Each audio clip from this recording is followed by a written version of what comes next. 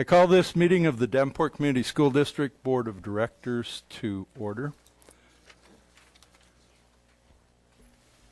Director Sherwood, would you please read our vision statement? Thank you, Mr. President. Our vision is to provide education that challenges conventional thinking, prepares all students to compete in a global society, inspires our students, parents, staff, and community to answer the question, what if? Thank you. Next is communications. July 9th at 4 p.m. Policy Committee meeting at the ASC Executive Boardroom. August 1st, last day to file nomination papers for school board election. August 5th, 5:30 p.m. Committee of the Whole, ASC Jim Hester Boardroom. August 12th, 7 p.m. regular meeting, ASC Jim Hester Boardroom. August 12th, first day of school. August 26th, 7 p.m. regular meeting, ASC Jim Hester Boardroom. And next is open forum for community input. Open forum is a time for members of the community to give input at a board meeting regarding school district issues or concerns. Individuals who want to speak should fill out an open forum request and give it to the board secretary prior to open forum. The board will not act on any issue presented during open forum if it was not published as an agenda item. The Iowa Open Meetings Law prohibits action on any issue that is not on the agenda. The President will set the amount of time allowed for individuals to speak during open forum.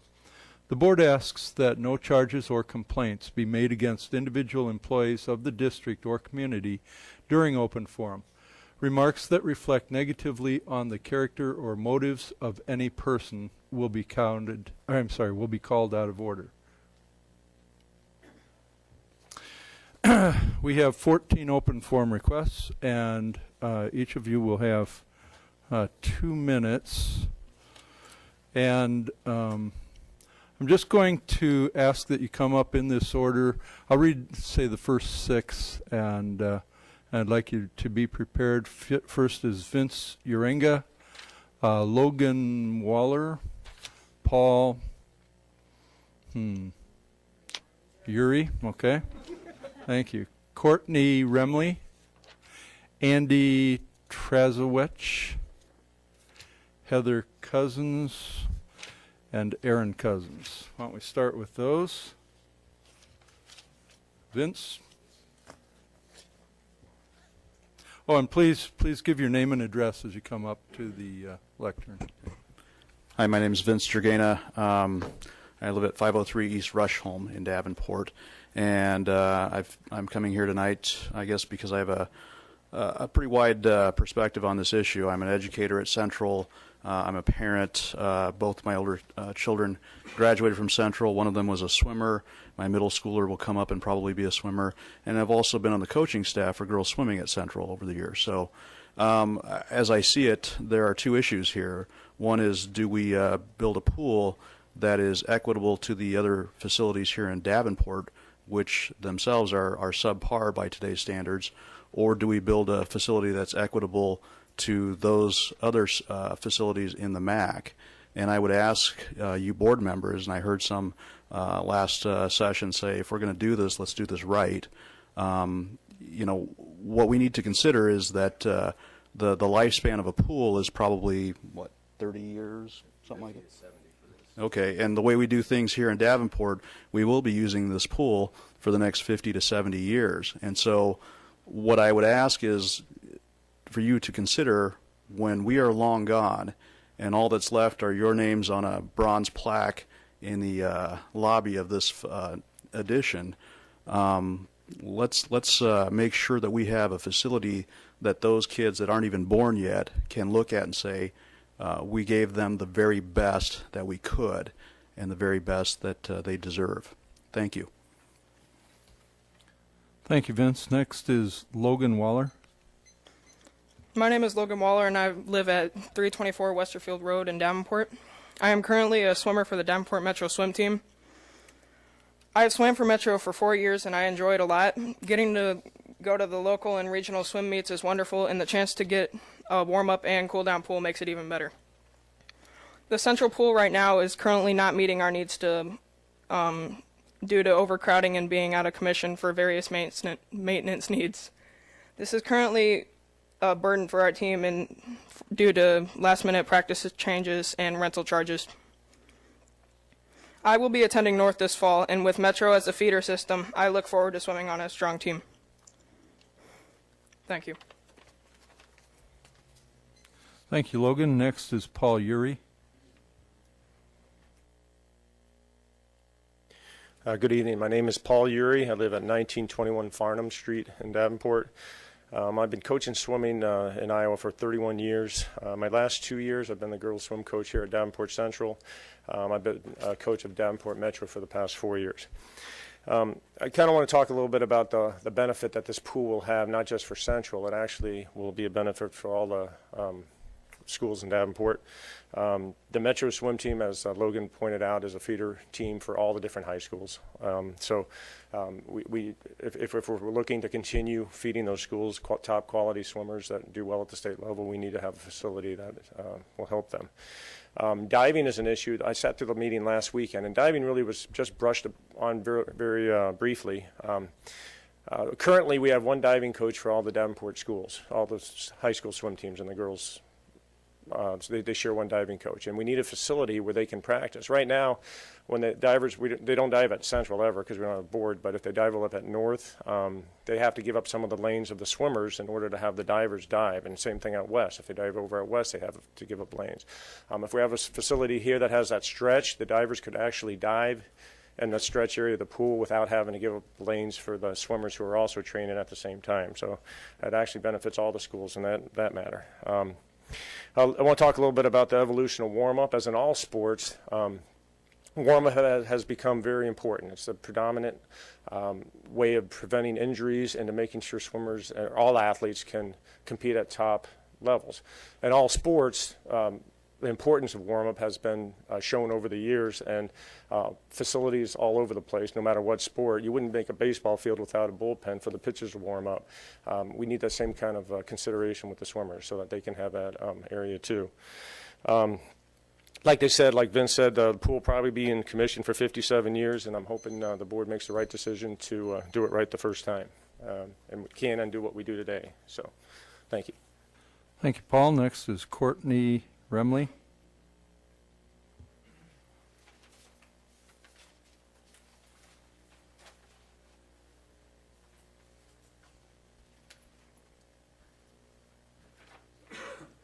Hello, my name is Courtney Remley. I live at 2610 Oak Street, Davenport.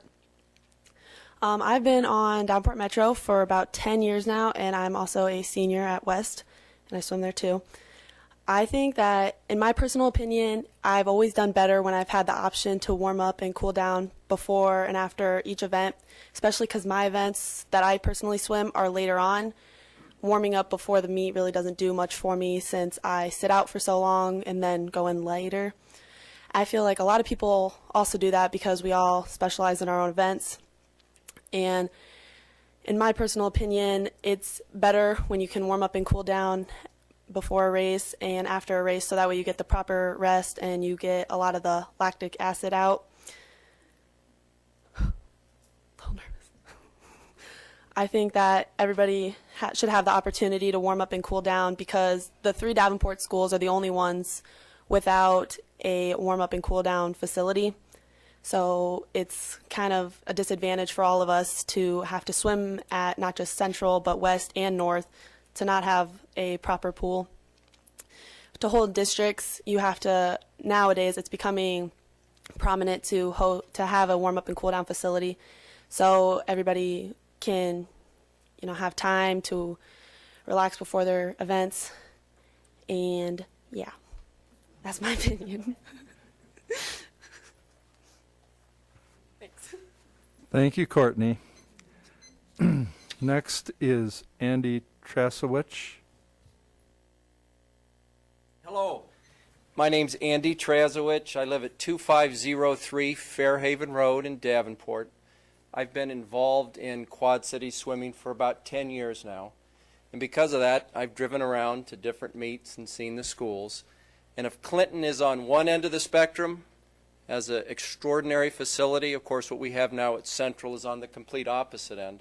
So I applaud you addressing this.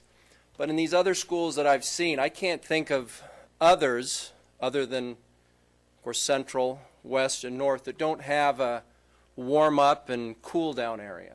So that seems to be, to me, a baseline. I mean, that's just what you need if you want to have a competitive swim team.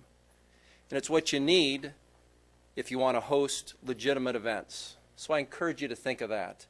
We have a terrific feeder program that's growing, that we need additional space.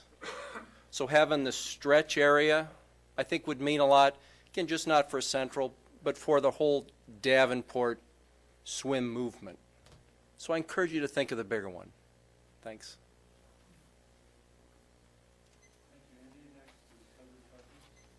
I'm sorry, Heather Cousins. Hello, I'm Heather Cousins, and I live at 2415 Wilkes Avenue in Davenport.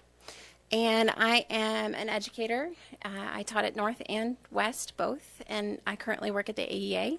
And my children go to Davenport schools, and so they are both swimmers. One will probably swim at West, and one might swim for Central. Given that we are a district of choice now with open boundaries for the high school option. We also, Dr. Tate talks a lot about us being a district of distinction. Many times our schools get negative press in the newspaper because of mistakes that we make. And you have talked about the North Auditorium as being a pretty prevalent mistake when it was built, possibly incorrectly. Don't make the same mistake when you're building the Central Pool.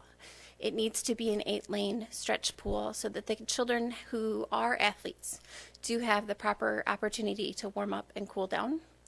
It also will benefit the swimming program at the high school and at the middle school level, because you do have that middle school short swim season as well, and so that would give them an additional place to practice.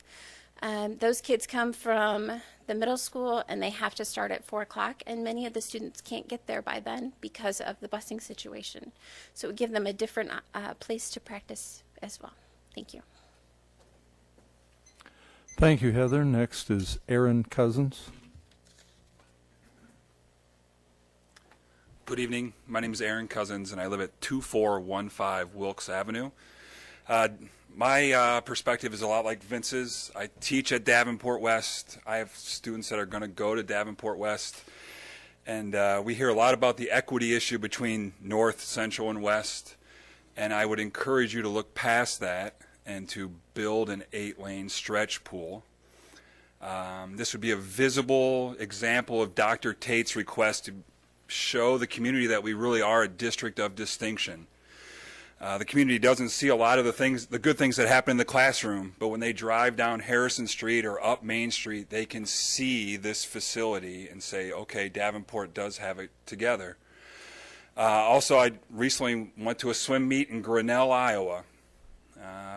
Population about 9,000 people, and they had an 8-lane facility that our current situation in Davenport does not compare to.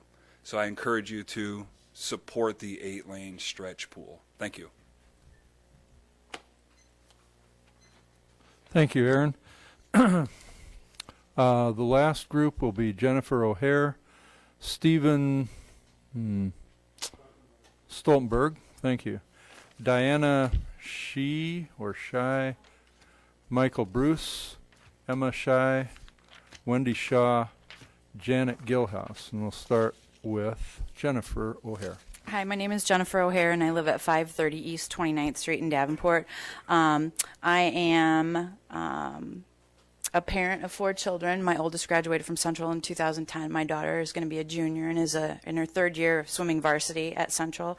And I have a 3-year-old and a 1-year-old who will eventually come to Central High School. I graduated from Central in 1987, and that pool was terrible in 1987. And I'm pretty sure I got ringworm from it in 1986. So I want to applaud the board on, we need a new pool, and we're going to do that, and that's great. In our district, one of the things that I brag about is that we have 3 traditional high schools and an alternative school. So kids can decide where they go, and because we're such a big district, each building can offer different classes and different programming that we share with each other to meet our students' needs. Our 3 traditional buildings have unique opportunities and challenges as well. You know, I was thinking about Nancy Jacobson was my principal a couple years ago, and she had this sign behind her desk, and it said, "Fair isn't treating everyone the same, it's giving them what they need." It reminds me of, I have 2 sisters, and I'd get a little jealous when my sister got a new pair of jeans, and as I reflect back, she may have needed a new pair of jeans when I really didn't. Central High School needs a new pool, and we need to do it right the first time. I was talking to Mr. Lawler, my current principal, about the whole situation, and what he said to me was, he goes, "I'd be jealous if they got that pool for about a second, and then I'd say, go for it." And that's what we need to do. We need to go for it, and we need to build the proper pool, an 8-lane pool with a warm-up and a cool-down pool for our students and our community. Thank you. Thank you, Jennifer. Next is Stephen Stoltenberg.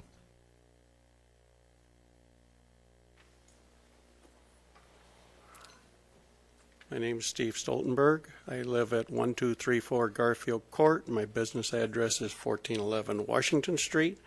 And I'm probably in the minority in this audience tonight, but I'm here as a concerned taxpayer of possibly about 25 million bucks being spent on an auditorium and swimming pool.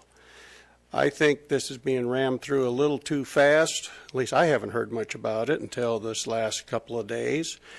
And I think for auditorium, I think the school should be looking at a very fine facility downtown that needs a little attention, and that's the Capitol Theater. Because the acoustics in that place are almost perfect. I worked in that place in the 80s. And rather than spending millions and millions of dollars, I think if they got that facility and updated the stage, I think you'd have a wonderful facility. At least that's my opinion. Because, again, the acoustics are fantastic in that place. So I'm offering that as an alternative consideration to maybe save a few bucks. Thank you very much for listening to me. Thank you, Stephen. Next is Diana Shai.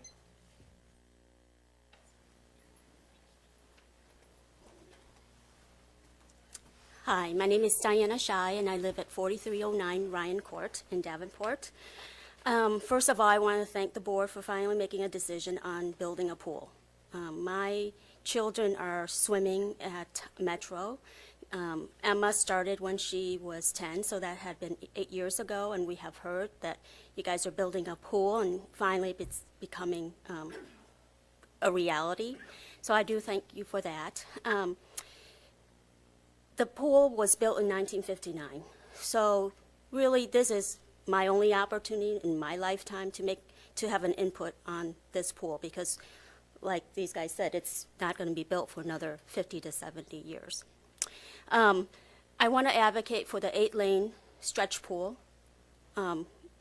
Like you heard many of the others have talked, that it prevents injuries to our swimmers as they cool down, and then be able to provide them with the best shape that they're in when they do compete.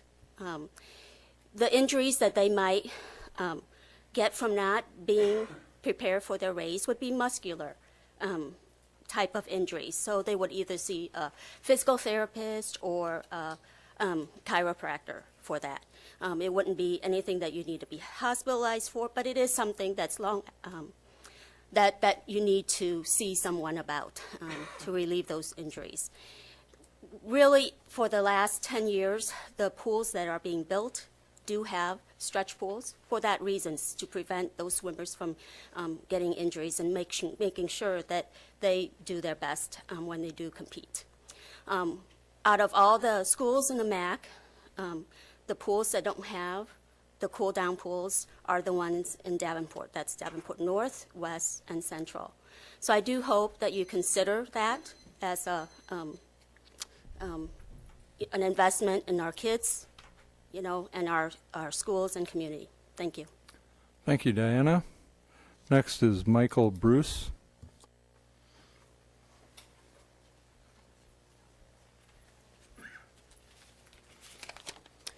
My name's Michael Bruce. I live at 3 Vista Court in Davenport. again, thank you for addressing this issue and showing support for the sport of swimming. I have been involved in competitive swimming for 16 years now. In this area, I started off, swam my time at Davenport Metro, swam at North High School, and now I'm swimming at Grinnell College. And I have had the opportunity to travel, not just Iowa, but the country, and see the different kinds of facilities that are at the standard that they need to be to hold certain events. And that standard for a pool the standard for a pool to hold a substantial competition is getting higher and higher all the time. And a 6-lane 25-yard pool or an 8-lane 25-yard pool isn't at that standard anymore. And in order to be at that standard, there needs to be that warm-up and cool-down pool. And because of that, you will be able to hold the district events and the larger meets, and that would be great for the surrounding community as well. So, like a lot of people have said, if we're going to build it, then I think it just needs to be built right now. Thank you. Thank you, Michael. Next is Emma Shy.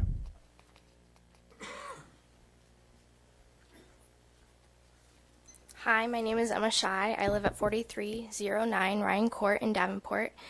I just graduated from Central High School and will be swimming for Augustana College in the fall. Since my swimming career began with Metro over 10 years ago, and having swam for Central's high school team for 4 years, there have been many rumors about getting a new pool for a very long time, but now they are all true. When I heard about the board's decision about getting a new pool a couple months ago, I was overly excited for the future, but also skeptical because of the past. Seeing that the swimmers and the parents of the Davenport swimming community have been waiting for this pool for numerous years now, it has to be built to last. A stretch pool provides everything needed: a shallow area for PE classes, a deep end for good competition, and a separate warm-up cool-down area, which will not only enhance the athletes' performances, but will also prevent injuries. What I see in all of this is that we have a great opportunity to build this pool the right way, the first time. We do not want to look back in a couple years and realize that we missed this opportunity that could change the Davenport swimming program for the better. I would be truly devastated if this pool is built without it being the very best it can be. As you make your decision about adding the stretch pool, please keep these thoughts in mind. Thank you for your time. Thank you, Emma. Next is Wendy Shaw.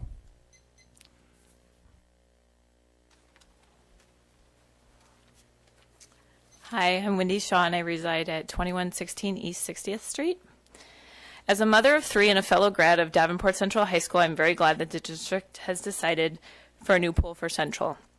I think right now we really have the chance to do something extraordinary for the school district and Central High by putting a state-of-the-art facility with 8 lanes and a diving warm-up pool area.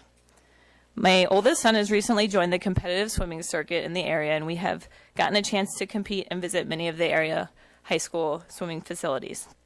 We can easily see how Central has fallen short of some of the basics to hold a sufficient meet. Even though we reside in the North High School district lines, I think it is important that we try and do the best for all of our city high schools. And we have a chance to do that tonight. Thank you for your time. Thank you, Wendy. Next is Janet Gilhouse. Hi, I'm Janet Gilhouse, 732 Bridge Avenue, Davenport. I've been coming to school board meetings since 1999 when my daughter, as a kindergartner, was part of Washington Elementary School's showcase presentation to the board. I've also attended many community meetings over the years. About the past 8 years, I've been coming to board meetings to hear about the new pool or the new auditorium for Central. Tonight's one step closer to reality for that.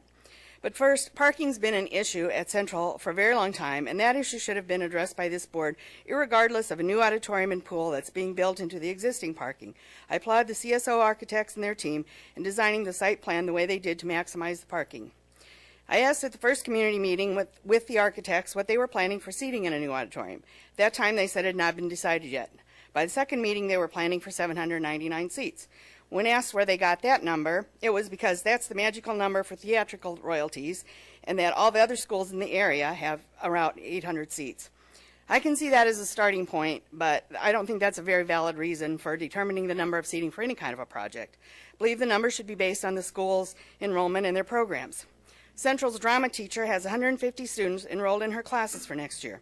With that many students in a new auditorium, she will be able to put on large productions. No doubt they'll be able to fill any seats that they have. Central's vocal program has 300 students. I urge you to approve the 900-seat auditorium to accommodate this amazing music program. Thank you. Thank you, Janet. And thanks to all of you for having that drive to come up and share your thoughts with us. Your words are really important. Your thoughts are important. And thank you to the rest of the community for coming as well. We'll move on with the rest of the agenda. May I have a motion regarding the consent agenda? Mr. President, Director Crumwitty. I move the consent agenda as presented by the administration. Thank you. Is there a second? Second. Is there any discussion? Call for the vote. Director Crumwitty? Yes. Director Zamora? Yes. Director Sherwood? Yes. Director Robertson? Yes. Director DeFau? Yes. Director Kluhl? Yes. My vote is yes. Motion carries.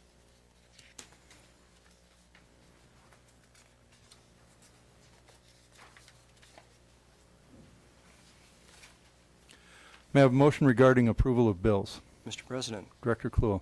I move that the board approve the following resolution as provided by the administration.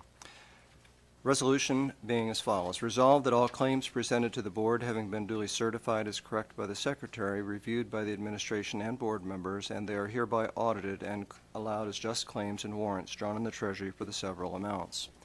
Further resolved, the payment of claims and salaries be approved as presented for the periods June 20, 2013 through July 3rd, 2013. Thank you. Is there a second? Second. Is there any discussion?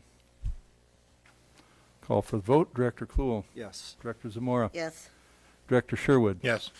Director Crumwitty. Yes. Director Robertson. Yes. Director DeFau. Yes. My vote is yes. Motion carries. Thank you. I failed to mention that Dr. Tate isn't here this evening. And we've got Mr. Schneiden sitting in for the superintendent. And we've got Mr. Scott sitting in here for the first time, right? In this position. So welcome to both of you, but I'll ask Mr. Schneiden for the superintendent report.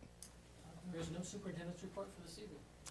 All right, thank you. Then we'll move on to other items requiring action. May I have a motion regarding approval of plans and specifications for the Lincoln sprinkler system? Mr. President, Director Kluhl. I would move that the board approve the administration's recommendation for plans and specifications as presented for the Lincoln School sprinkler system. Is there a second? Second. We will now hold a public hearing on the Lincoln Sprinkler System project as published in the Quad City Times on Friday, June 28, 2013. Anyone wishing to speak on this project, please step forward to the microphone and state your name and address for the record.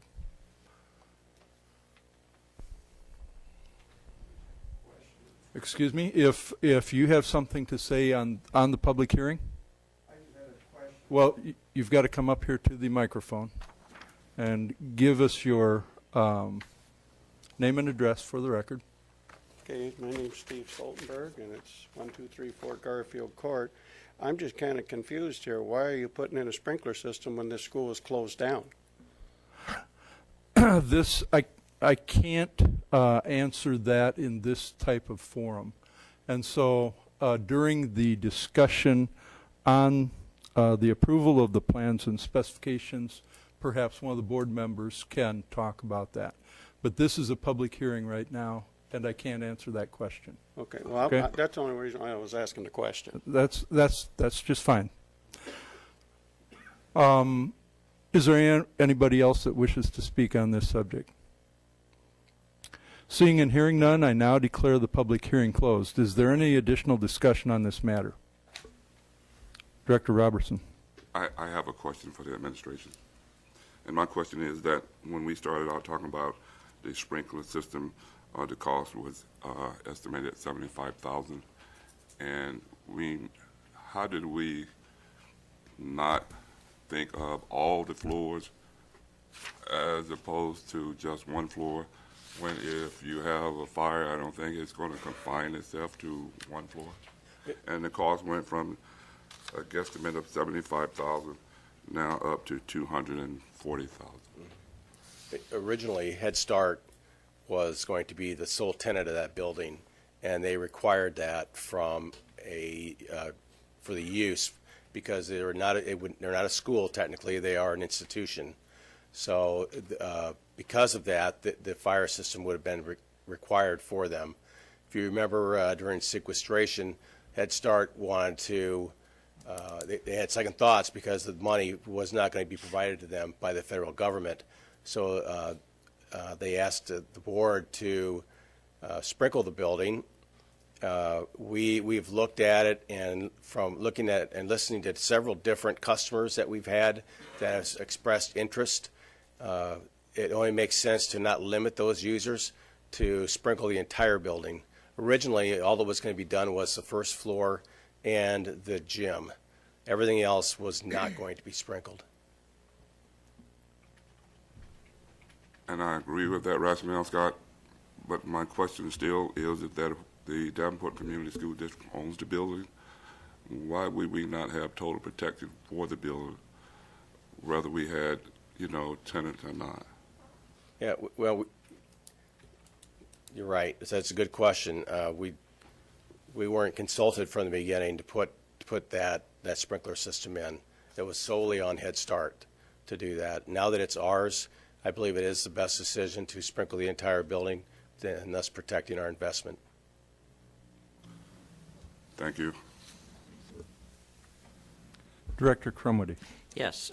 Scott, for the public's information, could you explain to us why we are putting in this system and how many tenants we have coming into that building? Well, currently, we only have tenants on the first floor. Head Start will have 4 classrooms. We're also having the out-of-school time, meaning the before and after school programs are relocating down there out of the administration building. They are using the IMC space. It's about 3,800 square feet. And also is the homeschool partners are moving down there. They require 3 classrooms. And Children's Village may also be locating a classroom on that site. And, the reason, as I explained, the reason for sprinkling it is because of the change of use. We're renting space.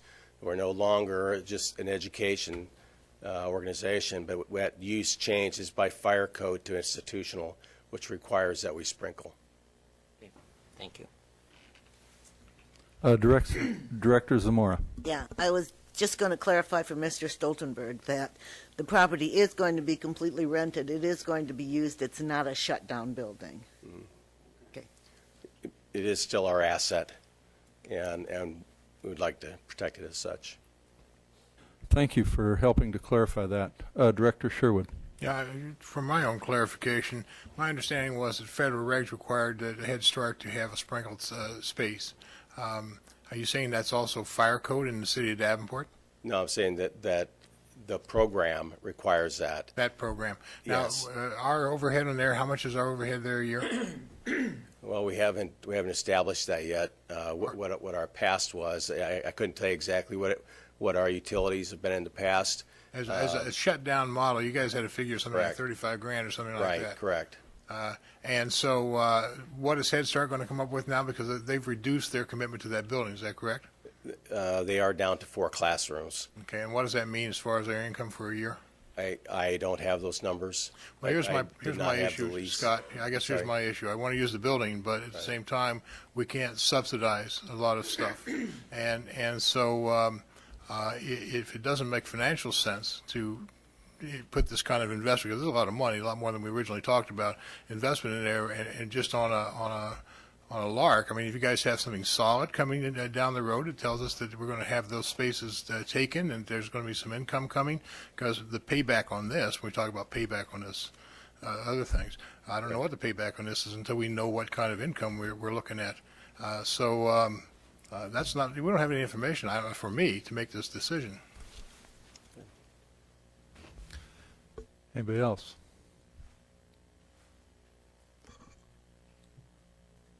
This is for the approval of the plans and specifications for the Lincoln sprinkler system. I have a question then based on Director Sherwood's line of questioning.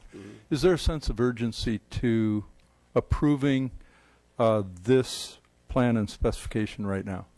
We are late in getting it to it. It took the engineers a longer time to get it designed. Head Start would like to get in and start paying rent by as soon as we can complete this. We were hoping to have it completed by September. It just pushes the date back a couple more weeks. I don't have the lease information. I know Dr. Tate worked with them directly on the lease, and so I don't have those numbers personally.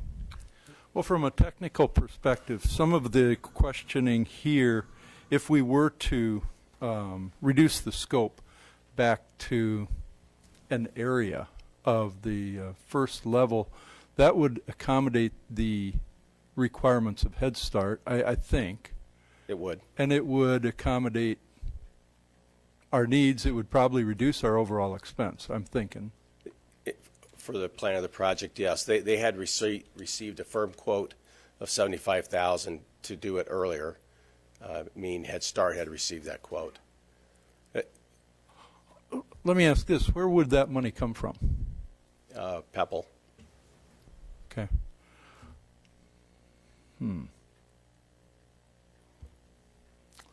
Director Sherwood. Just a follow-up along what we're talking about here.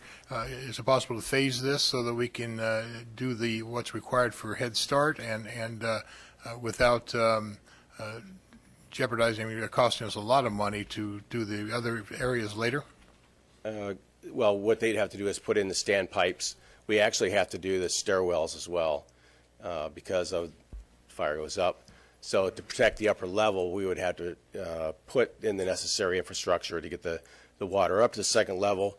They could design something to put in, that we could just leave off at a certain point. And you could stub this out someplace, right, and then just yes, take off from there? Yes, you could. So, all right. So for me, that's what I would prefer until we know what's going on with the rest of the revenue. Director Robertson. It's unfortunate that the superintendent is not here because he has a list of potential clients who are going to be in that building. And that information really should have been at the table tonight so that there could have been a conversation about why. I still believe that building needs to be protected, whether you have Head Start and no one else in that building. I can't believe that we would want to say that only the bottom floor needs to be protected. So put it in the sprinkler system. And there are some other projects we got, and we didn't want to piecemeal them.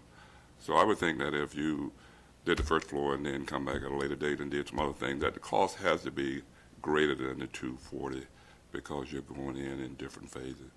So either way, my suggestion would be either we postpone the vote until we get all the information, or we accept, put it in the sprinkler system for the entire building. Are you moving to postpone the vote? I think someone else. Excuse me? I think someone else said that earlier. I think. I haven't heard that. He implied that. There may have been implication, right? So, but I haven't heard a motion to table or postpone. Any other discussion? Director Sherwood. Yeah, I will move to modify the proposal to the areas necessary to accommodate Head Start at this time, with the proviso that it can be expanded later. Because I understand there's a time issue here. Okay, thank you. Is there a second to the amendment?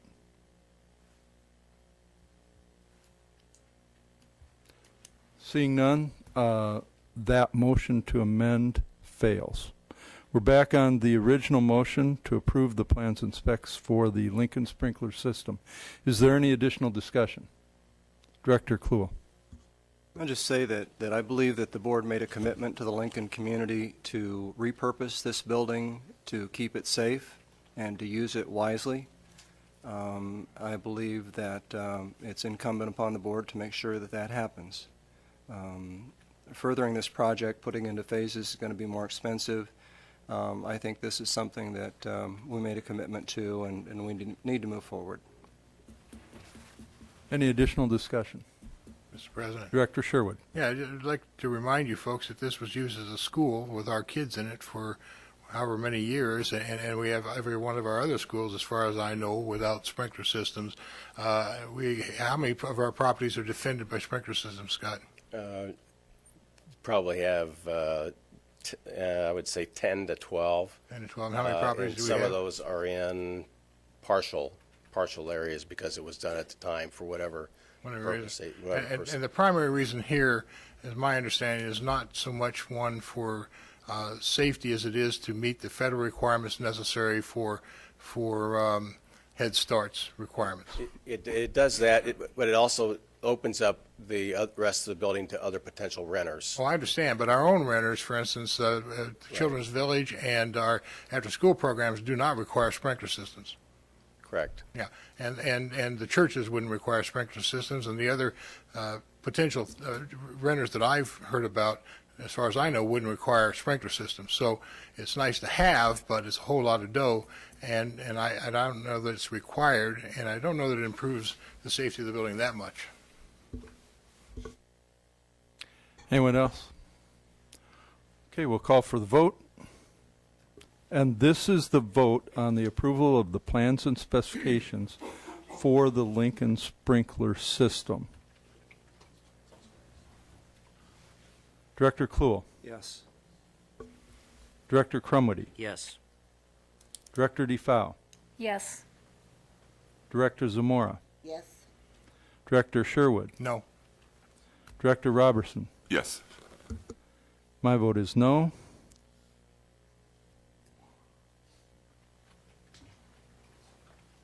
And the motion carries. Thank you very much. May I have a motion regarding approval of salaries for non-bargaining, non-administrative employees? Mr. President, Director Crumwitty. I move the administration's recommendation that the board approve the compensation package for non-bargaining, non-administrative employees for the 2013-14 school year as presented. Thank you. Is there a second? Excuse me 1 minute.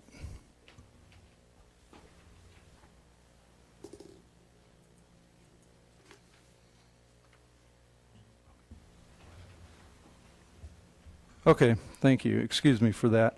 It's been moved and seconded. Is there any discussion? Director Robertson.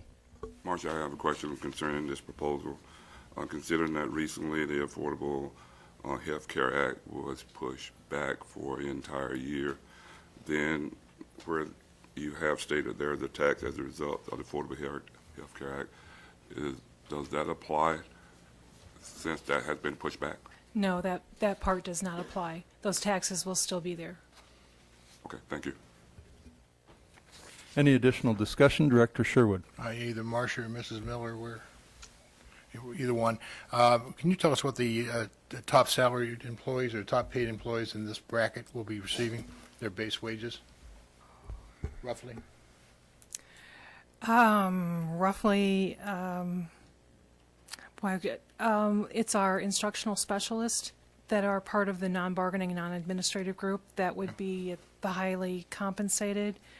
And what do they get, roughly? Roughly between 50 and 60,000 a year. And what's the lowest wages in this bracket?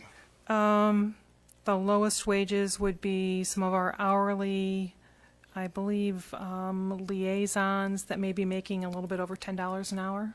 Okay, and none of your aides are in this that are making less than $10 an hour?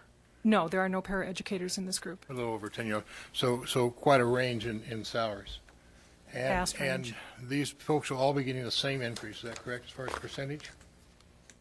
No, if folks are on a step schedule, and if they have a step yet to take on that schedule, they will advance a step. If they do not have a step to take, then there's a 3% salary increase. Okay, but the minimum of 3%. That's correct. Right. And that'd be true for the lowest paid or the highest paid. That's correct. And how much did you say for the highest paid again? It was 50-some thousand? Between 50 and 60,000, I believe. And what would 3% of 50,000 be in real dollars? Put me on the spot. I don't mean to put you on the spot. $1,500. $800. And what would that $10 an hour person be making in real dollars in a year? I think most of the people at the lowest end of the scale are not full-time, year-round employees. They only work 180 days. But something around $300 max, something like that? I think that would be close. Yeah. So here's my point. There's a built-in inequity in the way we do these things.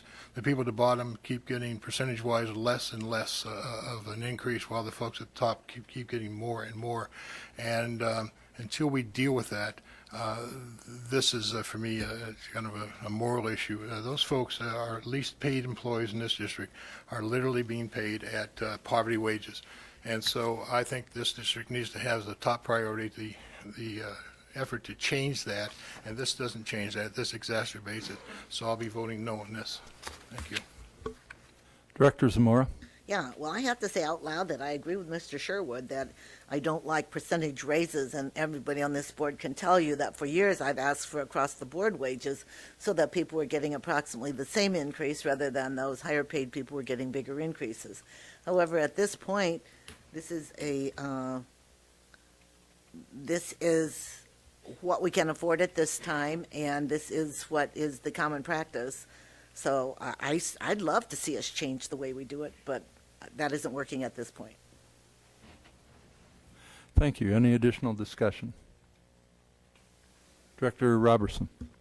The question I have for Marcia or anyone from the administration, my understanding is that when these proposals were being put together, that there were considerable dialogue with the parties involved, and that there was an agreement coming out of that group that this is what we would do? Is that? Not with this group of employees. That dialogue took place with the administrative employees, Okay. but not with the non-administrative employees. Okay. Thank you. Anyone else? Okay, we'll call for the vote. Director Crumwitty? Yes. Director Zamora? Yes? Director Robertson? Yes. Director DeFau? Yes. Director Kluhl? Yes. Director Sherwood? No. My vote is yes. Motion carries. Thank you. May I have a motion regarding approval of salaries for non-bargaining administrative employees? Mr. President, Director Zamora? I recommend the board approve the compensation package for non-bargaining administrative employees for the 2013-14 school year as presented. Thank you. Is there a second? Second. Is there any discussion? Director Sherwood? Just want to point out the same kind of disparities exist in this group as in the last group. Thank you. Any additional discussion? Call for the vote. Director Zamora? Yes? Director Robertson? Yes. Director Crumwitty? Yes. Director DeFau? Yes. Director Kluhl? Yes. Director Sherwood? No. My vote is yes. Motion carries. May I have a motion regarding approval of the West High sound and dimming system? Mr. President, Director Kluhl? move that the board approve the lowest responsible and responsive bid from Davenport Electric Contract Company for $281,075 for the West High School sound and dimming system project. Thank you. Is there a second? Second. Is there any discussion? Director Sherwood? I just would like to ask Scott, are we sure this is going to take care of the issue out there? This is top flight. These kids deserve the best. We're not going to be trying to fix this in 10 years, 5 years. This is equitable to what North has at this time. North system, as far as I'm concerned, is pathetic. We had it reviewed. That was the standard. we did use a professional consultant to design it along with it. So I've not been to something at North other than open forum, so I couldn't. Well, I've been to several, and it's pathetic. I think you could probably fill this room with people that would agree with me. They have to rent additional stuff all the time. They're constantly trying to fix the stuff. Those kids work very, very difficult, very hard, putting out an incredible product, and then that gets destroyed with the technology that we provide them. I'm not real thrilled with the idea that this is equal to North. North needs to be improved. I would say that typical system that I've put in would be $150,000, and then that's roughly what this is. A lot of the what goes into a theater, which we've tried to address on the one that we're asking you to approve tonight, is the rest of the building. The what makes up the sound is just not the equipment that's in it, but it's the absorbance and the ceiling and the concrete and those types of things. I wasn't here when they built North. I don't know what kind of what they did. I know it was about $7.5 million. From our consultant's standpoint, this is the right fix for that school. Boy, I hope you're right, because if you're basing this on what I've experienced at North, that's not a very high standard. Thank you. Additional discussion? I guess I've got a question. I was thinking about some of the earlier conversation and a lot of the thought that's gone into the auditorium at Central. And I was thinking, would this sound and dimming system for West be comparable to the sound and dimming system that you've planned on at Central? It's not the same. I understand it's not the same. I asked if it could be comparable, meaning we talk about trying to do the best for all the kids. Right. And I accept Director Sherwood's thoughts and words on this, and I don't know enough about sound systems and dimming systems, but when I think about a lot of the open forum requests that we're here talking about the pool, and do the best you can, and we've got to be the best, and we want something that's going to last for 50 or 70 years, and if we're basing this sound and dimming system on something that a consultant says was okay for North 10 years ago, that's all I'm getting at is it comparable? I understand it's not the same, but is it the best that we could do? I would say that it's not the best. I would say that the system that we're proposing compared to the one that for Central would not be, because we've taken a different approach with Central. We've brought in experts. We're fortunate to be able to coming down the ground floor where we can design the system to meet the building, and I can't speak for what they did at North. I would say that the theater person that we use is very highly regarded. If he had more money to spend, he probably would spend it. But this was the budget that we had for that system, and he tried to stay within that budget. So it sounds like we've got two different philosophies depending on whether it's going in as a, and I'm not saying it's just because it's West, but in some sort of a rework like this, as opposed to what we're doing at Central. They're two totally different approaches, and we've taken different approaches to the amount of money that we're willing to spend on these two facilities. One's a renovation, one is new construction, which does, you need to take the things into consideration, the shell, the ceiling, and as far as I know, our consultant did that. But I can say that if they had more money to spend, yeah, more money always buys a better system. Okay. If this approval doesn't go through, again, I ask again, is there any particular sense of urgency to approving this? The West parents that have fundraised for some of these, they would like to see something occur. We'd be happy to take it back to our consultant and go through it again. Okay, thank you. Director Sherwood. Yeah, and I just want to make it clear, I'm not looking for Carnegie Hall. I'm looking for a kid that puts a ton of time in when he gets on the stage or she gets on the stage to do their performance, that what comes out of that mouth can be heard by the audience and reasonable fidelity. It doesn't have to resonate for operatic behavior, but it has to be good for high school performances. North is not. And maybe it's a cheap fix at North or an expensive one. I don't know, but it's not. And I just want your assurance when this happens that these kids are going to be able to perform, and parents are going to be able to sit and enjoy it without frustration. That's what we're looking for. That's what I'm looking for. Director Robertson. Yes. It kind of saddens me that when we talk about certain projects, we don't use the word budget constraints. But when we talk about the West High sound and dimming system, we talked about we had to come in on the budget. And we talk about district of distinction and what's best for the kids. An investment, not on return, but investment in education.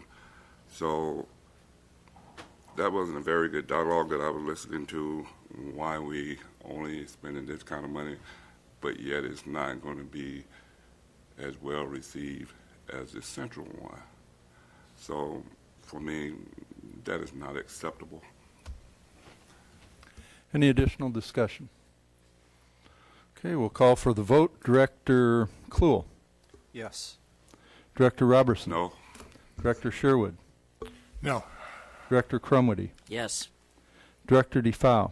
No. Director Zamora. No.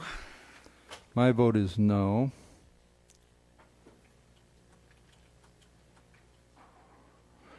Motion fails.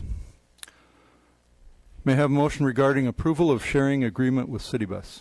Mr. President. Director Robertson. I move that we accept the administrative recommendation and approve the use of city bus for Davenport Community School District students for 2013-14 school year, pending approval of the agreement by the city of Davenport. Thank you. Is there a second? Second. Is there any discussion? Director Robertson. The question I have for the administration, anyone can speak to it who has the information.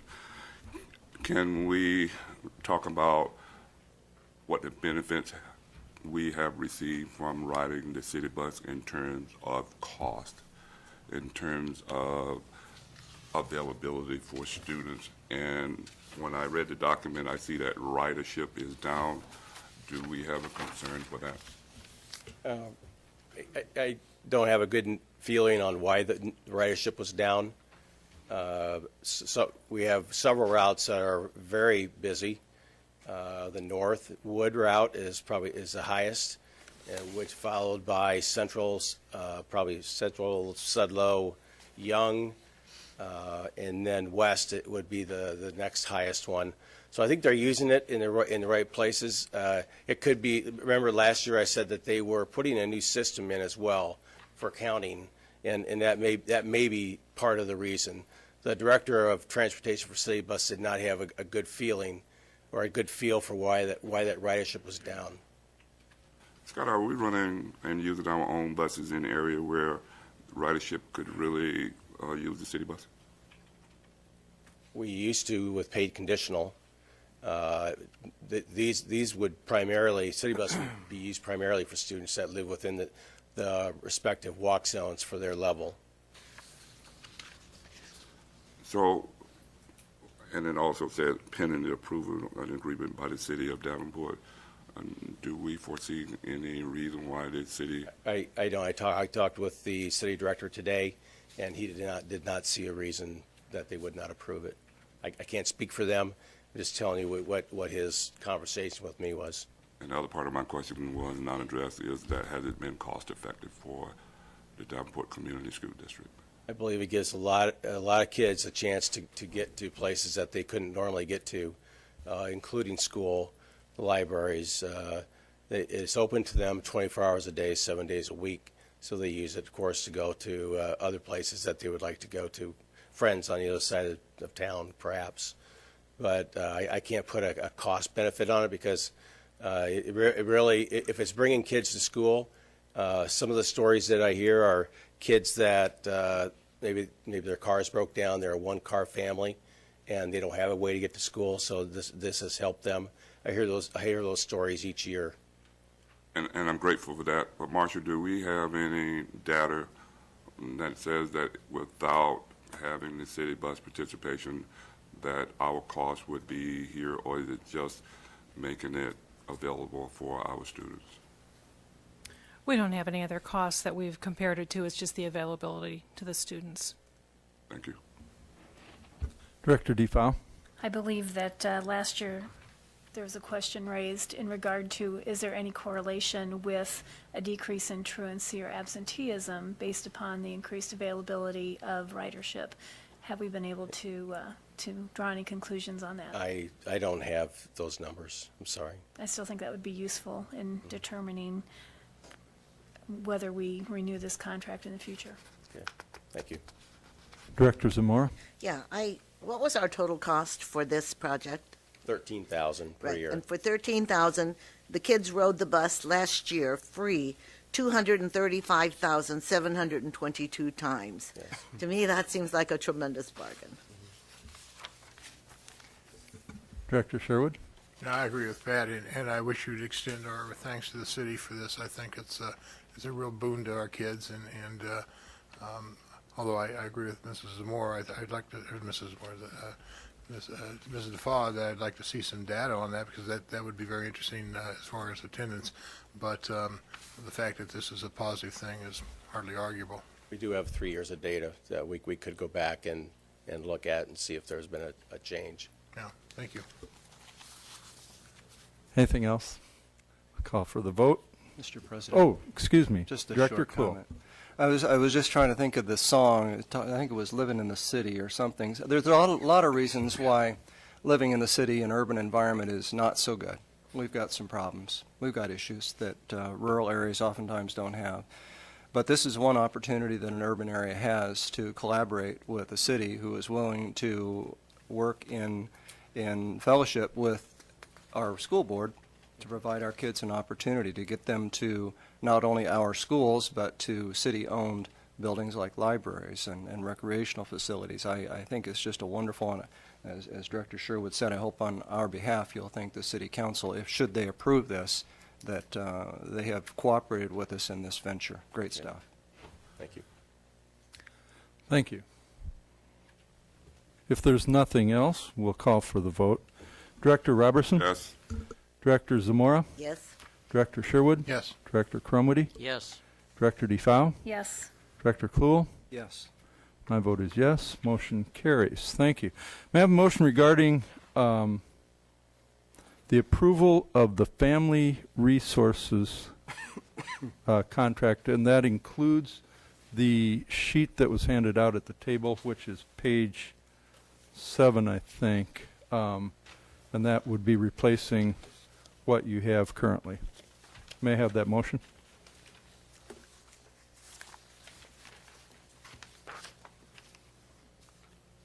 Mr. President, Director DeFoe. I move that the board approve the administration's recommendation and accept the educational services agreement with Family Resources, Inc. for the 2013-14 school year with the modifications presented at the board table this evening. Okay, thank you. Is there a second? Second. Is there any discussion? Director Kluhl.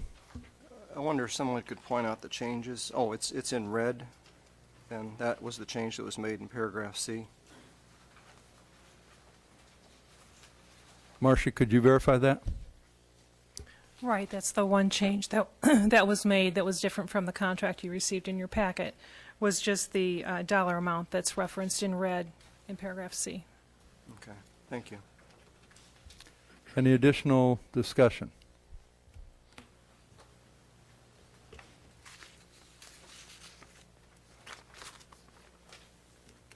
I have a couple of questions. In paragraph B on Item 9, compensation on page 7. It says that if the amount collected by DCSD from the sending district does not equal $106 per student per day, DCSD shall pay to Family Resources 50% of the difference between the amount collected and $106. And my question was, the way that's written, there's no limit, meaning if zero is collected, then we pay $53. Is that correct? The way it's worded, yes. What this intention was is this is the billing tool that we've talked to the board about, and the $106 rate was established by looking at what the average rate was for those students.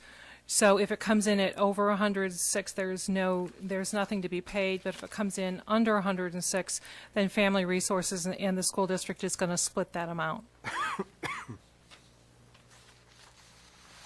On item C in that same section, I'm sorry, on item C, it talks about well, now it's been changed to $161.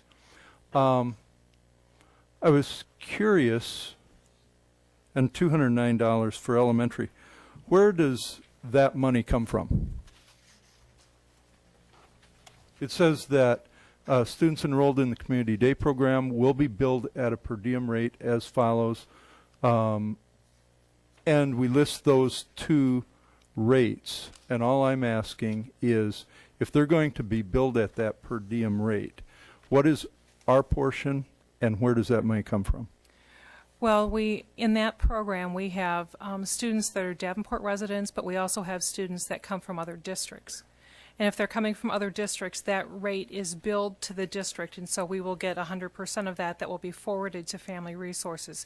If it's a Davenport student, then we pay for that out of our budget.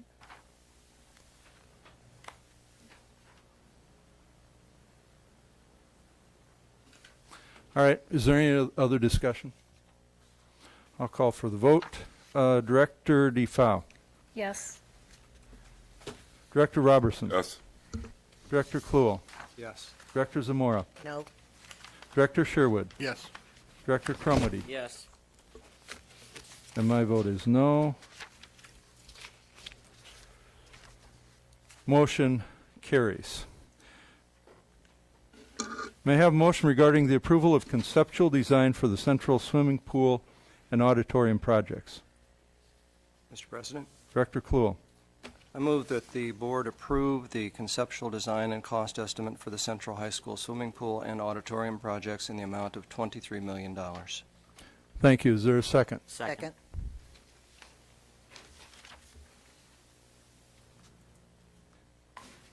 Is there any discussion? Director Zamora.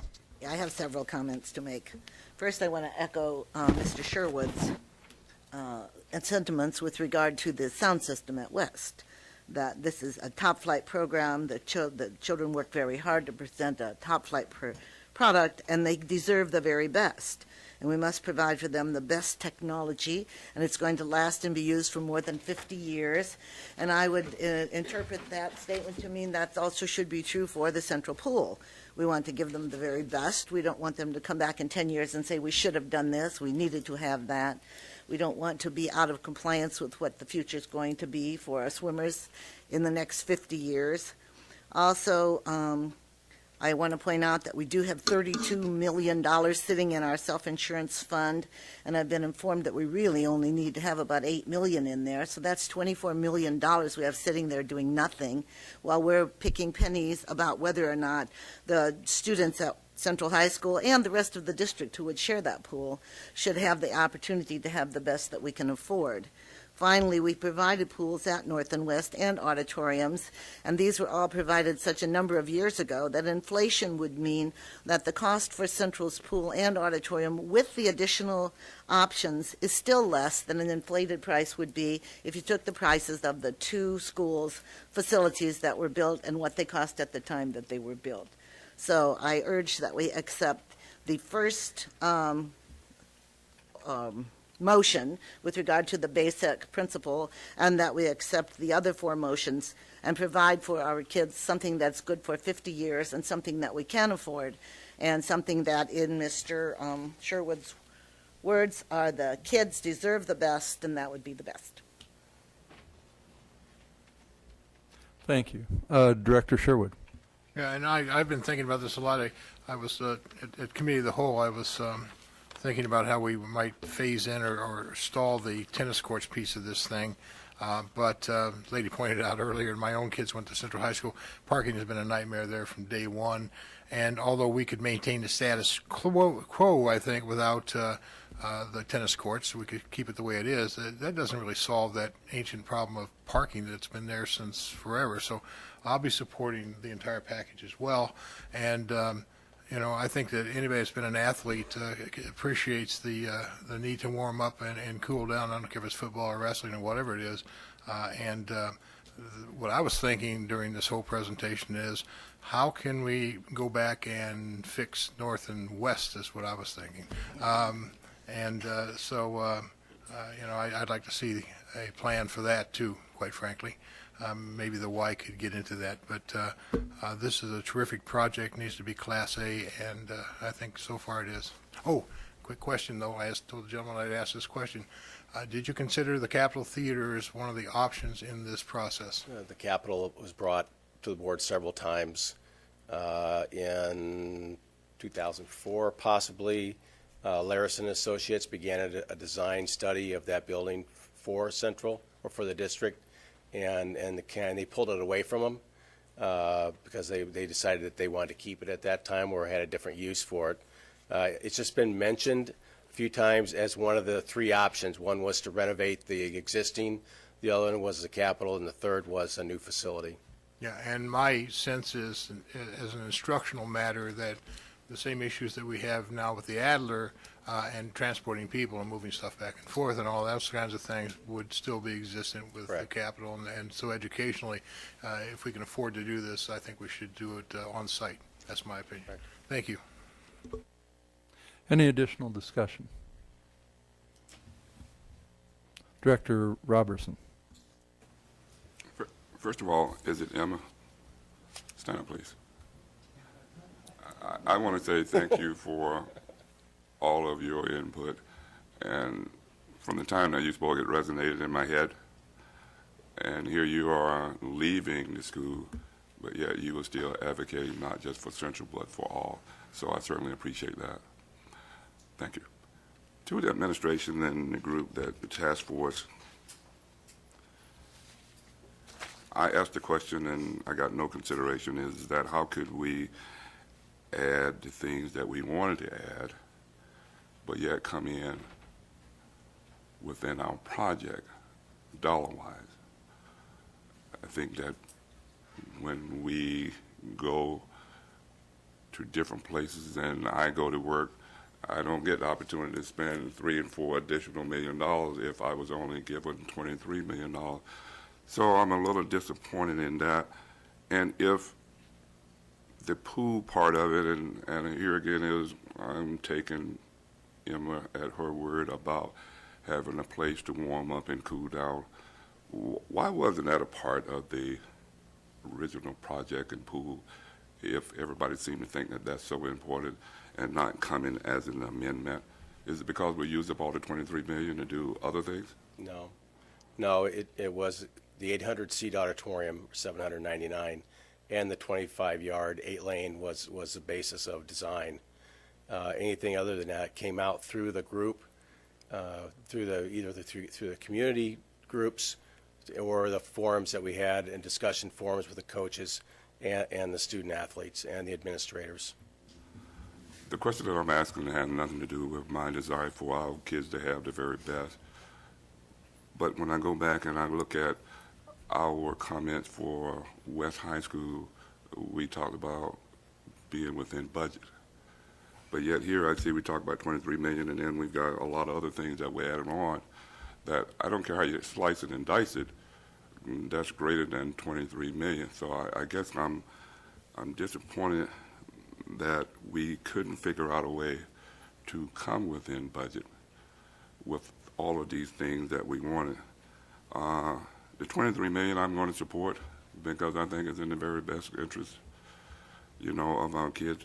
But when we go through some of these other things, the warm-up, I have to support that just because the kids that are actually participating in that, and I've had student athletes, I understand what it is to not be prepared in terms of ready to perform. But when we get down to some of these other things, I definitely have some questions about spending money to move, and if it's not going to create additional parking.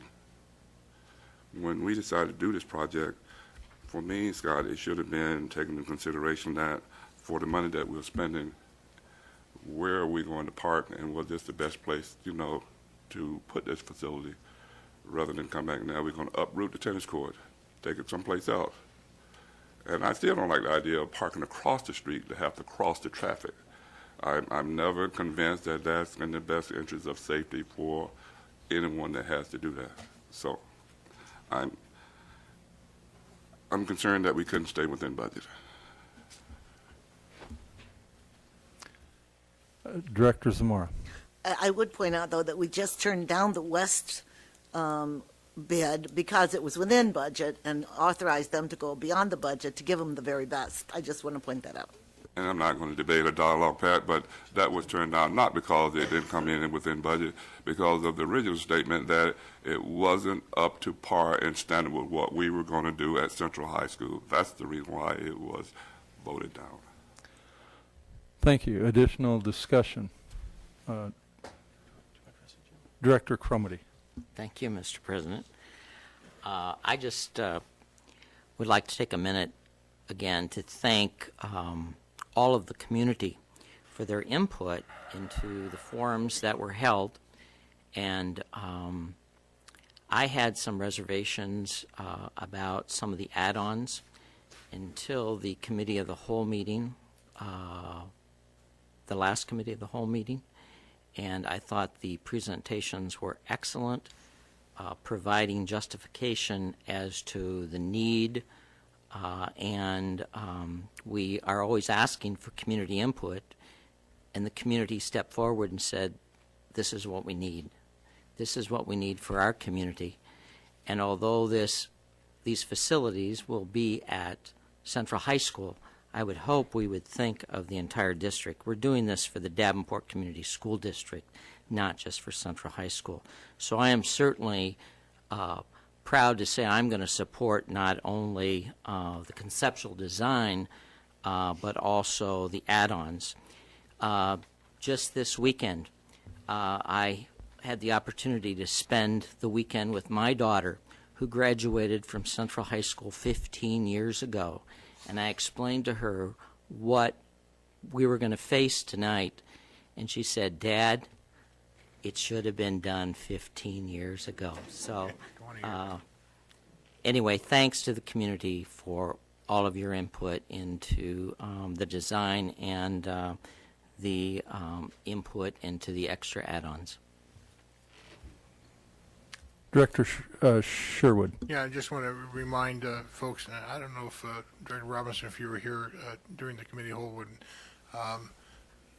the associate principal, Kathy Bosco, spoke about parking, but parking at Central has always had kids parked across that street and down through the neighborhoods, and they cross that street every day by the tons.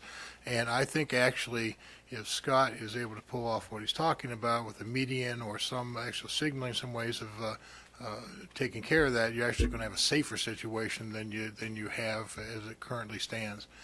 That's what I would expect, at least. Anybody else? Director DeFau. And I don't think there's anyone at this board table that would argue that Central does not need a new swimming pool or a new auditorium.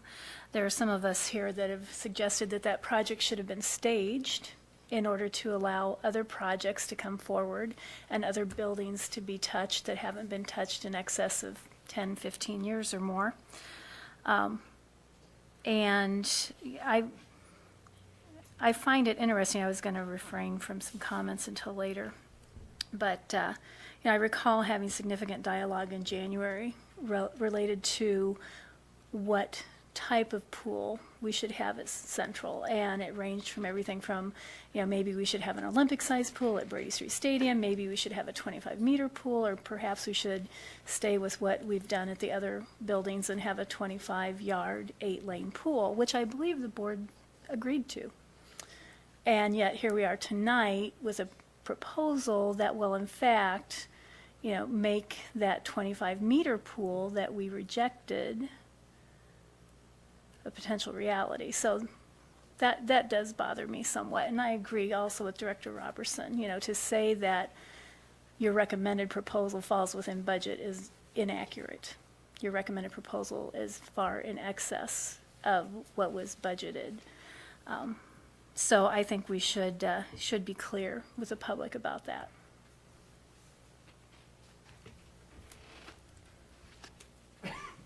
Director Kluhl.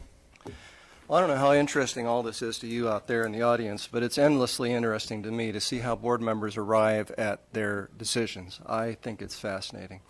And I started from the beginning. I did things a bit differently. I looked at what was once called the local option sales tax, which was developed in about 1998. One of the perhaps rare situations when our state legislature had some foresight and forethought into what Iowans would need into the future, and they decided at that point that to relieve property owners from property tax, income tax, what they could use is sales tax to fund infrastructure improvements in schools. And it was a great idea. In fact, it, I think, unfortunately, was a bit of a regressive tax because the richer districts got more money from their county sales tax than the rural, poorer districts did. So in 2008, the state said, well, let's consider the statewide penny, which in effect gave all students, no matter where you're from, an equal share of sales tax in the state of Iowa. So it was equal, and our board was one of those that agreed to that, although we got less money under the statewide penny than we did under the local option sales tax. We felt that it was important to benefit all schools.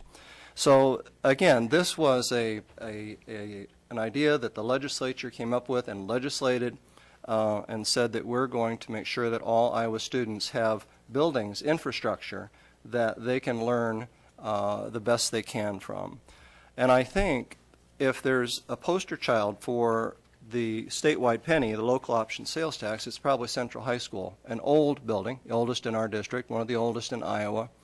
Many of our 1930s era buildings are also receiving a lot of funding. And it's interesting when you look across the borders of Davenport to Pleasant Valley and North Scott and Bettendorf, where they don't have a lot of older buildings, they're able to do some amazing things with money that we're not going to be able to do for some time because we have some immediate needs. The legislature, again, I think in their wisdom, sunsetted this bill out to 2029, and so there's going to be an ongoing opportunity for school districts to bond against and to fund projects that they need to make sure that our school buildings and our infrastructure are appropriate for the needs of our students. So I believe that, again, Central is a poster child for the local option sales tax, the statewide penny.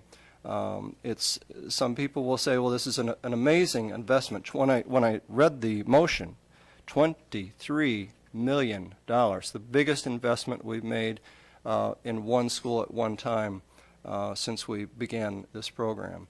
But it is a school that needs it, and I believe that, as many of the board members have said, and some of the folks that came up to the podium to speak, that this is an investment in our future. This will last into the 22nd century. This board voted to retain Central High School.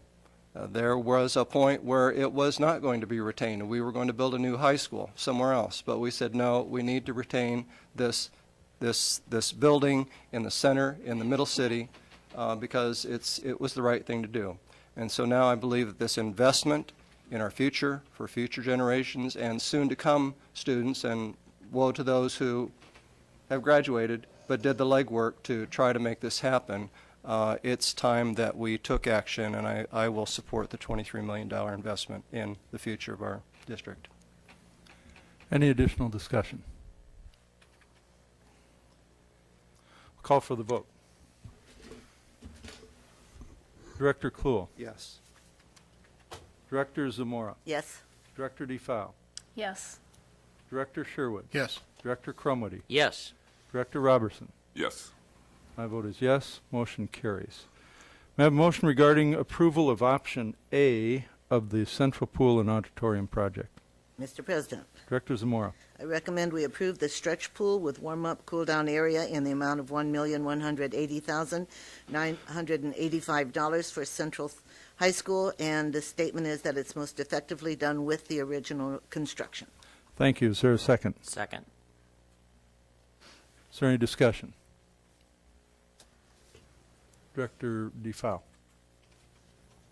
Is there anyone with the administration here that can speak to whether or not we've experienced significant injuries to our athletes at North and West High School as a result of not having a warm-up and cool-down lane? And speaking with Mr. Oates, they did not have any documentation. I think it was more of what was referred to as muscle rehabbing, things like that, but not documented where it was a doctor situation. Okay. And do we have competitors in the MAC that refuse to swim at North or West because they don't have a warm-up, cool-down lane, and they're concerned for the safety of their student athletes? Per the contracts of they go to wherever they're scheduled to swim, they're going to swim at any of those facilities. Okay, so that we haven't had anybody refuse to swim at our pools. Has anybody turned away from it? No, they have not. Okay. And we did, in fact, as a board in January, approve a 25-yard, 8-lane project for Central High School. I would say it's subject to the design. That was the basis of design, was 8 lanes, 25-yard. That was the direction. That was the basis of design, yes. That was the direction at the time. So, and the project, in fact, rather than being $23 million, will come in almost at $26 million, not including contingencies, which represents almost 28% of the local option sales tax funds available in the next 8 years. Yes. That's $2 million. Thank you. $3 million. Director Robertson. Thank you very much. Here again is I don't like to lean on Emma too much, but you will. when young people talk about things that we need, I have a tendency to listen more because they're talking from experience and what actually is really needed, and not speaking from emotion about what they would like to have as opposed to what is needed. I said earlier, some of this project I will support, but the thing that's still puzzling to me is that we have the people sitting here and no one answers the question as to why that the cool down wasn't a part of the original. And it seems to me that it goes naturally with the swimming pool when you listen to the athletes, but yet we bring it in as an amendment. It should have been a part of the total package. So I'm here again. I'm disappointed. This part of it, I will support because the student athletes are asking and saying that it makes them better, and they're less likely to be injury prone. And I have to listen to what they have to say. But I'm disappointed, really disappointed that when I ask, and here we are again, and it's not part of the total package, because every place else it has to be within the budget, and you guys didn't do that. Director Zamora. Yeah, I just want to point out how this board constantly says we want community input, and I appreciate that the board members are listening when the community does come. We listened in the boundary discussions, and we listened in years ago when there was the open high schools discussion, and I'm pleased to see that we're listening this time. Thank you. Director Sherwood. I just want to clarify something. One of the speakers earlier mentioned, I believe it was a coach, said that one of the benefits of the warm-up area is that you wouldn't have to take up diving space, where the diving space wouldn't take up lane space. This warm-up area is a shallow pool, isn't it? It couldn't be suitable for diving. Correct. I don't want to speak for them, but I would guess that with the addition of the stretch, that they can put more swimmers to swim in that area while they free up the 2 lanes in the middle of the competition pool for diving. Okay, so that stretch itself could be used for competition for the diving? No, it could be used for training. Okay. Yeah. But they wouldn't, you wouldn't actually dive in that pool, the stretch area? Not in the stretch, no. Okay, good. Thank you. Any additional discussion? Director Clue. A couple of questions. First, I just learned the word natatorium, so I don't know much about swimming, but it is a Latin-derived word. I did learn that. The Metro swim team, is Central High School the exclusive place where Metro kids swim? It is their, can I speak, Paul? Would you like to answer that? Would you please come up to the microphone?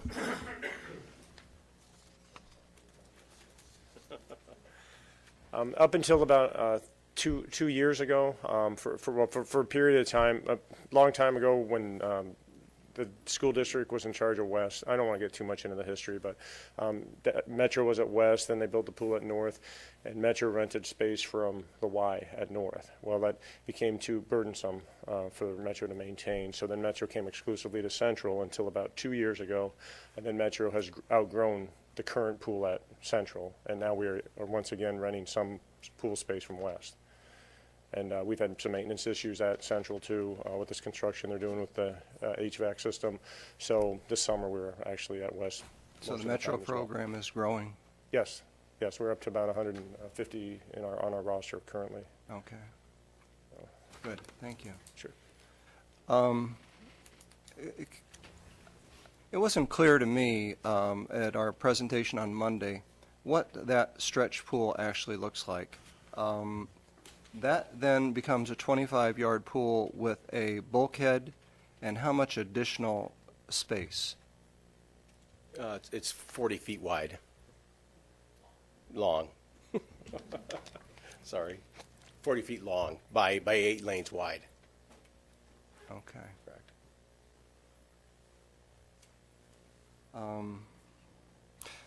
Had any thought been given about using the stretch pool in the diving well? Is there any savings in that configuration? There are pools that we've done where the stretch part is the diving pool, but in fact, the way the swimmers today want to, and I think we talked a little bit about this at the committee of the whole. The deep end will be at the end of the competition pool, and the bulkhead will set it at a minimum of 4 feet because the swimmers need that space to turn around in order to be fast. So that would be the preferred way we would do this pool. But it could be done. We have done them where diving pools are in the stretch area. Mm-hmm. And that we propose is that the stretch area would be the shallow end where PE classes would take place. So the utility by PE classes will be enhanced this way. That's correct. The depth then at the shallow end of the turnaround will be 4 feet? The shallow end of the turnaround, I believe, is 4 feet, yes. Is that standard, and if so, how long has that been standard, and will that change? I believe it is. Sam addressed that, and I'd not. We could make that deeper if we had to, if that was what was preferred by the swimming team, but we haven't finalized that yet. So that would be additional.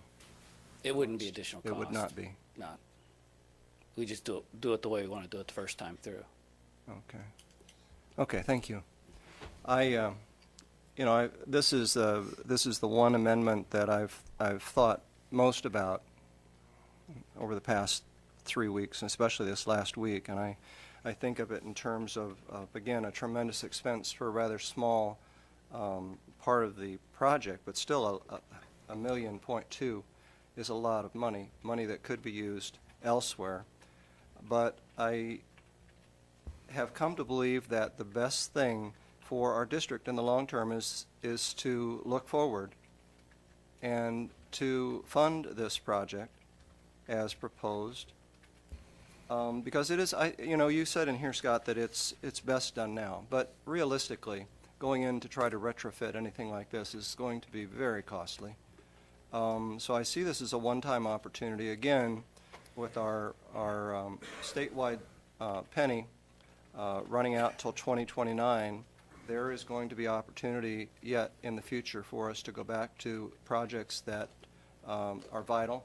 One of the things that we've done, I think, that was very forward-thinking is our decision to invest in geothermal within the district. I think that is going in the long term going to save our district a lot of money, although it was a big upfront expense. I believe that this is an expense that will pay off in the future for school kids who attend that facility and for Metro kids that attend and use that. Will build up the Davenport program in a way that if we try to downsize this, will not. So I think this is a one-time opportunity that we need to take, but this has not come without a great deal of thought on my part. Thank you. Any additional discussion? Well, I've got quite a bit to talk on here, and so I hope the board and the community will excuse me for taking up some time. As has been expressed by other board members, for me, this has taken up a lot of thinking time. I've given a lot of thought to this. I've talked with a lot of people. I've done a fair amount of research, and frankly, I have to say that the research that I find doesn't support the proposal that's being recommended, and that bothers me. When I went to, I looked at why is warm-up so important, and I looked at a lot of different areas. Websites always say that warming up is important, and usually they're trying to sell something. When I looked at the research wasn't clear, and in fact, in the Mayo Clinic website, they say that warming up is something that might help, but it isn't clear that it really does. There are issues regarding performance and regarding safety, but so far what we have is mostly anecdotal. And even in response to Director DeFao's question earlier, we haven't seen or documented injuries, which you would sure think that if we're going to spend that kind of money, that there would be a little bit more to it.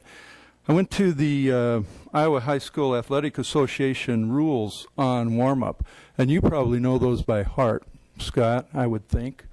Do you recall what it says there? I don't know. Perhaps Mr. Uri could explain it as well. But essentially, as I know it, what they do is allow a time after the race during a regional meet to swim back to the other end. There is a set time period that they allow you to go back to the other end of the. Well, and I should have copied it to bring it because it's inappropriate for me to paraphrase it. But basically, it says that if you have a 6-lane pool, you will use this lane and this lane for warm up and cool down.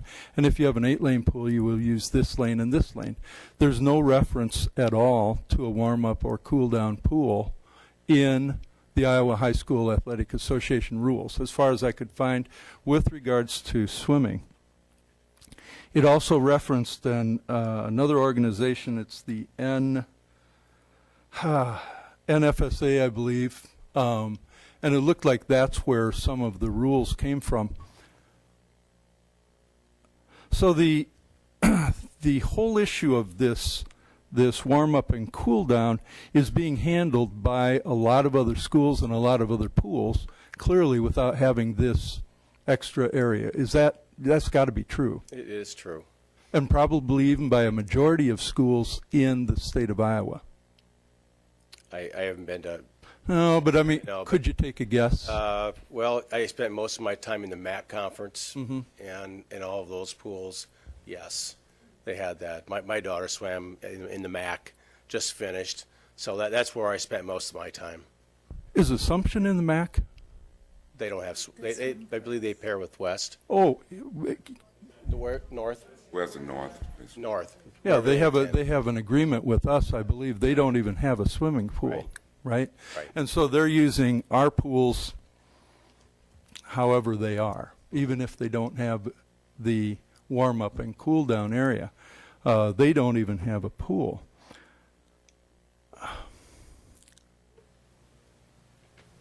You know, there was discussion up here about the community, and we do really value community input. We really, really, really, really do. And I thought about who the community is that has been talking on this, and I was guessing that it probably wasn't the students that have dropped out of our district. I mean, and Jim, maybe you could, but you saw who was there at these community meetings. Was it dropouts? No. Was it Project Lead the Way kids? They were not, if they're one. Okay. But the point I'm getting to is that I think that there are a lot of people, a lot of kids out there that were not participating in those discussions. I listened very carefully to all of the presentations that were made today and before, and it's interesting that all of the representations were really made with respect to the pool being a competitive swimming pool. And even the name warm-up and cool-down doesn't even connote that we care about educating our kids with respect to swimming. And when I asked you last week about that, and I don't know your exact response, but if you could characterize, just to clarify for me, whether this pool is primarily designed for competitive swimming, or is it primarily designed to facilitate physical education for our students? It's both, but it is primarily because of the nature of it, it is built for swimming as a competition. But it is built as both as teaching the current students that are there. I believe all students go through swimming every year, so they would use it as well as the competitive swimmers. I understand, and my question was, is it primarily one or the other? Because if it was primarily designed for phys ed, I think that little area would be called the phys ed section, but you can use it for warm-up and cool-down. But that's not how we address it. The reason that I asked about dropouts is that we have a lot more kids probably that drop out in a year than that participate in swimming at Central, outside of physical education.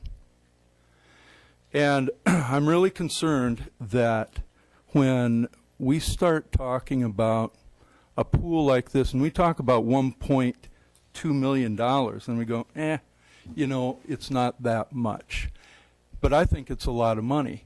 And I think that there are other issues, other things, and I know that right now the board we've taken this track with respect to our long-range plan, and we've taken the track with respect to what do we want to spend for the next 7 years.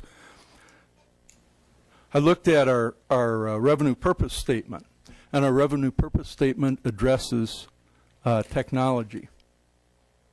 And technology may be a number of things, including laptops, bandwidth, 3D printers. There are a lot of other things that we could be doing, and Director Robertson even said, this is a fair amount of money, and is there something else that we should or could be doing with it?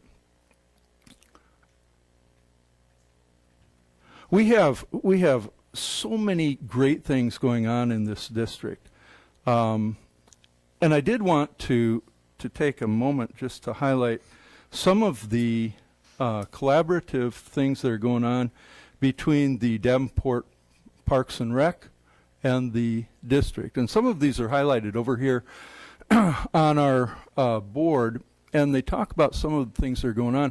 The reason I highlight that is that for very little cost to the district, we're getting a lot of collaborative effort from the city.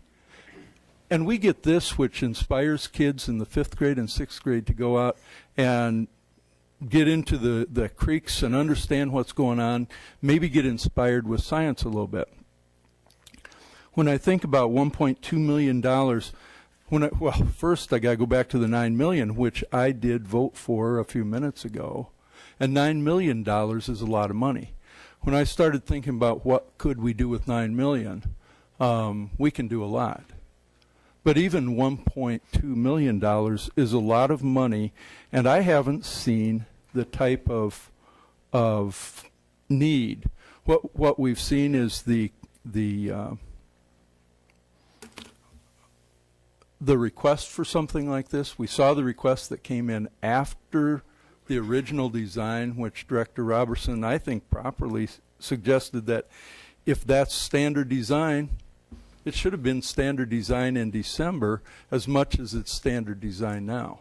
It's difficult for me to say it wasn't and now it is, or to say that it wasn't necessary and now it is.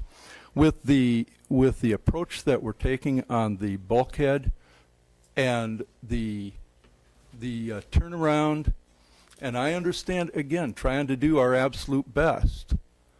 And we do our absolute best, but then when I look at $9 million and relate it to other things in the district, and we don't spend that kind of money on other athletic facilities. And we don't have our own, we have a baseball complex, but I suspect that wasn't a $9 million complex. We have tennis courts that we want to spend $500,000 on. We've got access to other places in our district to facilitate things like track. We've got a stadium, and the stadium is a great stadium, which probably, if we added the cost of the $9 million of the pool and the contingency and the stretch part, I'd be willing to wager that the pool would be a more expensive investment than a current construction of a stadium similar in size to Brady Street. Whether that's right or wrong, that's, I got to think that. You know, if they take $63 million to build a huge stadium down in Texas, we could probably do it for quite a bit less. One of the things that I've thought about a lot with respect to the board and with respect to our the monies that we have available is that generally I think we've taken the approach that outside of a few areas that the buildings should be the ones that are making the decisions on how we spend our money. And eventually, and I may try to get it tonight as a request for an agenda item, but as I've thought more and more about this, and I have thought a lot about those 300 kids or more that drop out every year. Those kids concern me. They really, really do. When I think about we've got to do the best for our kids, and yeah, we've got to do the best for Project Lead the Way. And we've got to do the best when I think about technology, and technology was mentioned earlier, whether it's the right thing to do or not, at least we could discuss something like Wi-Fi for the district. And I suspect even that wouldn't cost $9 million. I'm sure it would probably be well over $1 million. But generally what happens is that we discuss bandwidth in terms of budget, not in terms of these types of funds, which my understanding is that we would be able to consider funding some of those other things with that type of money if we decided to do it from a district perspective instead of from a school or a building perspective. I've gone back and forth in this whole project as well. I've been concerned about the $1.2 million as seeming to me to be a big bite, and the other options that are going to be recommended, frankly, I probably support more because of the parking issue. I recognize the parking. I think that the additional seats, probably that makes sense. I think that if this project had been represented, and maybe I'm just different, but if it had been represented more as something that's usable for all students, not really just for competitive swimming, and then, oh, by the way, we can use it for this other stuff, I'd be more likely to support that. I have supported it as I've thought through it the last few weeks from a perspective of, yeah, maybe it is just one time, maybe we should just spend the money, but I got to tell you, for the past week probably, as I really consider this, and I really consider we have 16,000 students in this district that we're responsible for. We don't have just a select group of kids in one particular type of activity, and that's why I'm very, very torn up about this. I want to do the absolute best for our kids, sure, but I want to do our absolute best for all kids, and I'm not even sure what that means, but I feel responsible for losing those kids. And if there's something we can do to get them, and the reason I mentioned this is here we've got some people that are going out to 5th and 6th grade students, they're getting them inspired.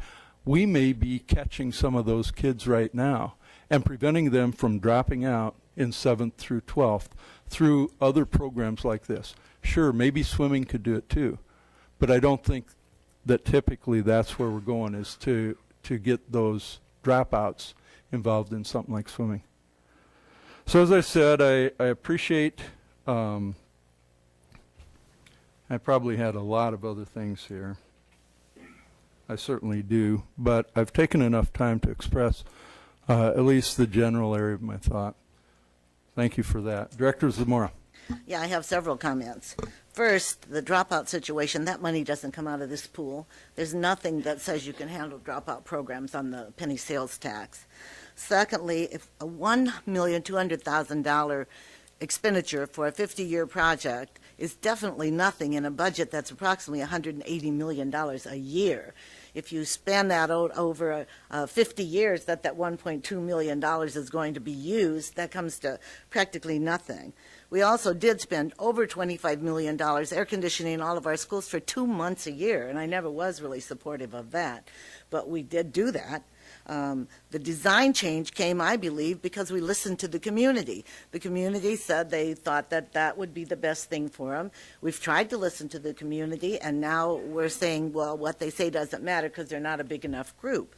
However, we spend approximately $1 million every 6 years replacing the turf at the stadium for the football teams, which don't even win. And we've spent that kind of money in the other schools for pools and auditoriums, and Central's been without. Let's see, North has had their auditorium for 10 or 12 years, West has had theirs for 50 years, and Central's been without a functional auditorium for 50 years, and it's certainly time that we do it and we do it right. So I think that we are not being reasonable if we don't support doing right now with the penny sales tax money that for which it was created. Excuse me, I just have to clarify one thing. Certainly, Director Zamora is correct with respect to dropout prevention. My comments were intended to acknowledge that we have a lot of kids in that group that are dropout that are not represented, and so we have people in the community that are swimming community that represent this. We don't have those dropouts here to represent their interests.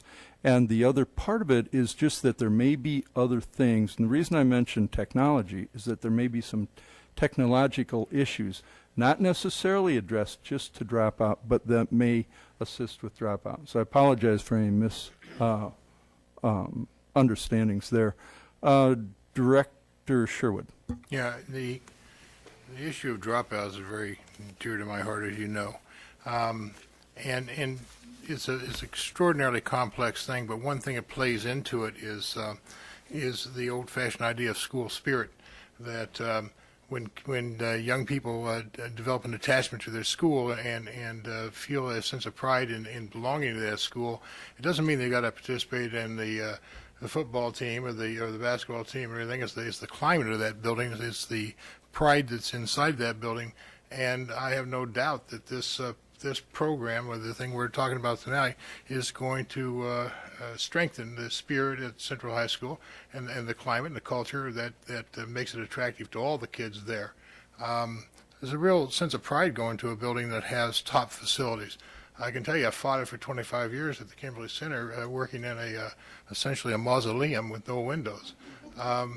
And you got to work your butt off to overcome whether or not kids feel good about themselves based on the facilities that they're put in.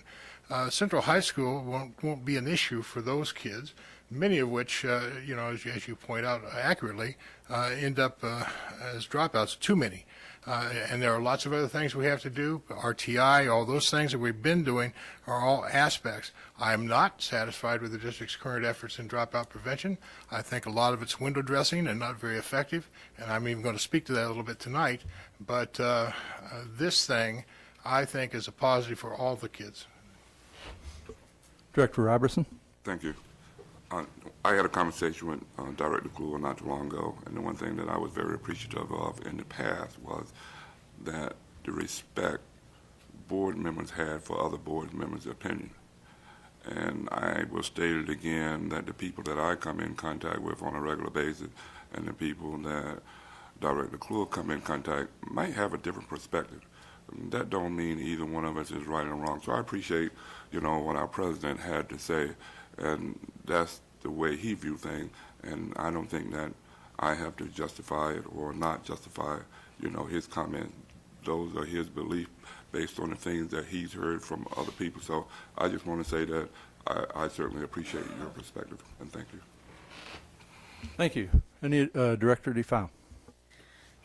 And I really think what the bottom line is that as a board, we have to balance fiscal responsibility and restraint with the wants and desires of our constituents. And of course, the people that are going to be swimming at Central, the parents of the children swimming at Central, the coaches who are going to be coaching at Central, of course, want the very best, the gold standard, so to speak. But as a board that is looking at cutting budgets year after year after year, knowing that we have just factored in $200,000 in yearly operational costs to operate this pool, knowing we're going to be asked to increase the size of this auditorium, which will result in increased costs for the program to gain rights to produce plays and musicals there, it's not just $2.3 million, and it's obscene to say just. It's the ongoing costs that are being incurred.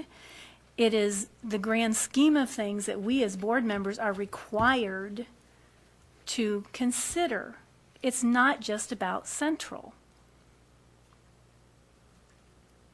Dr. Tate does not propose that we should have a high school of distinction. He proposes we need a district of distinction. I think that we're failing in our responsibilities to balance fiscal responsibility with the wants and needs of our constituents. Any additional discussion? Okay.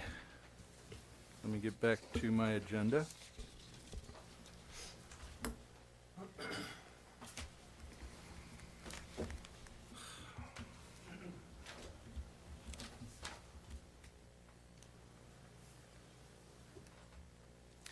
We'll call for the vote. Director Zamora. Yes. Director Crumwitty. Yes. Director Robertson. Yes.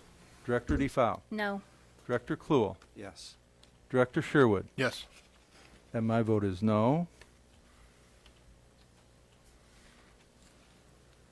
Motion passes. May I have a motion regarding approval of option B of the Central Pool and Auditorium project? Mr. President, Director Zamora. I recommend the board approve increasing the auditorium seating capacity to 900 seats in the amount of $283,313, and the statement additionally is that it's most effectively done with the original construction. Thank you. Is there a second? Second. Is there any discussion? Director Zamora. Yeah, I was just thinking, would the extra 100 seats pay for that $283,000 before very long? We always talk about the payback period. Any idea? I guess it depends how much they charge. I don't know.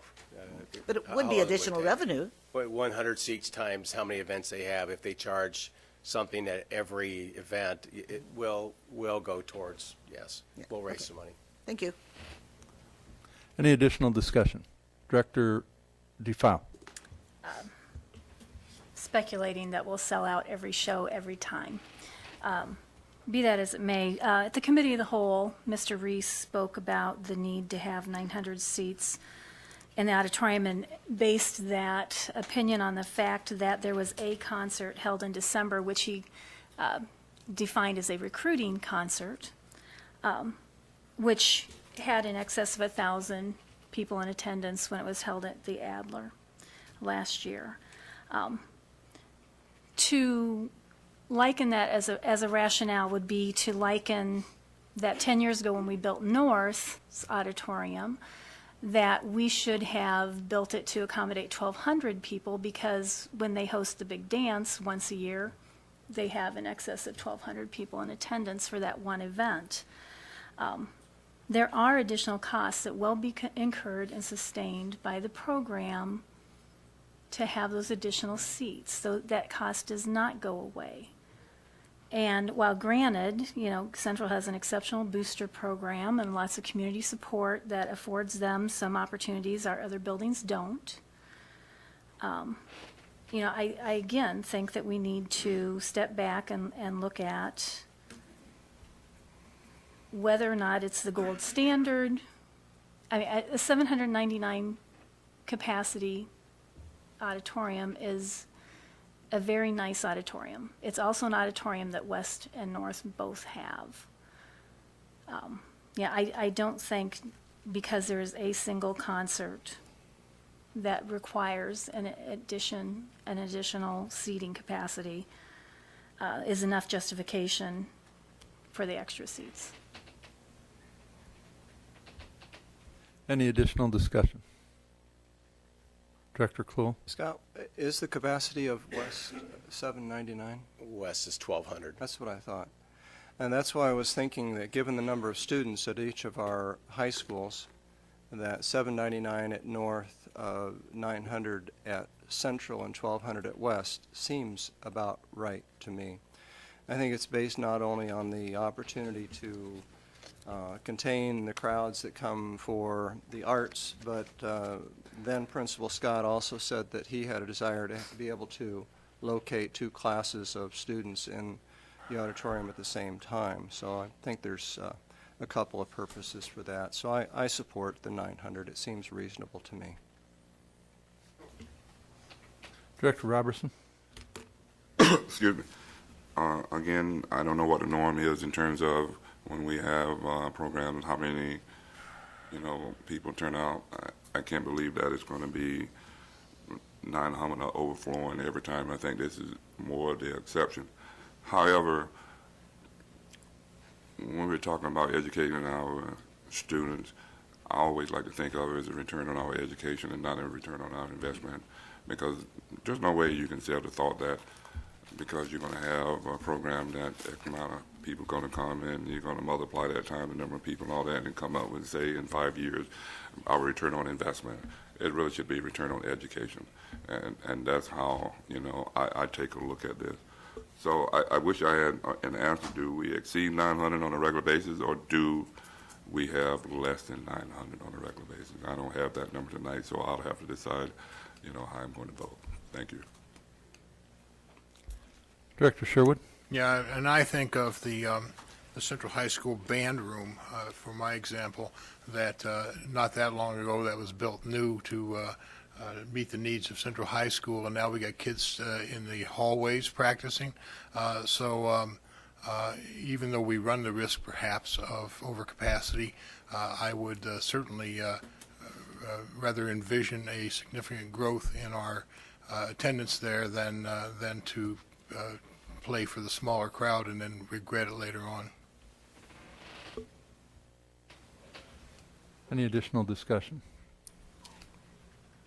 I've got maybe a technical question. I started thinking about $280,000 for 100 seats, and I said, well, that's about $2,800 per chair, right? I thought, wow, that seems like a lot of money. When I think about how many square feet is there per chair, I'm going, well, maybe 4.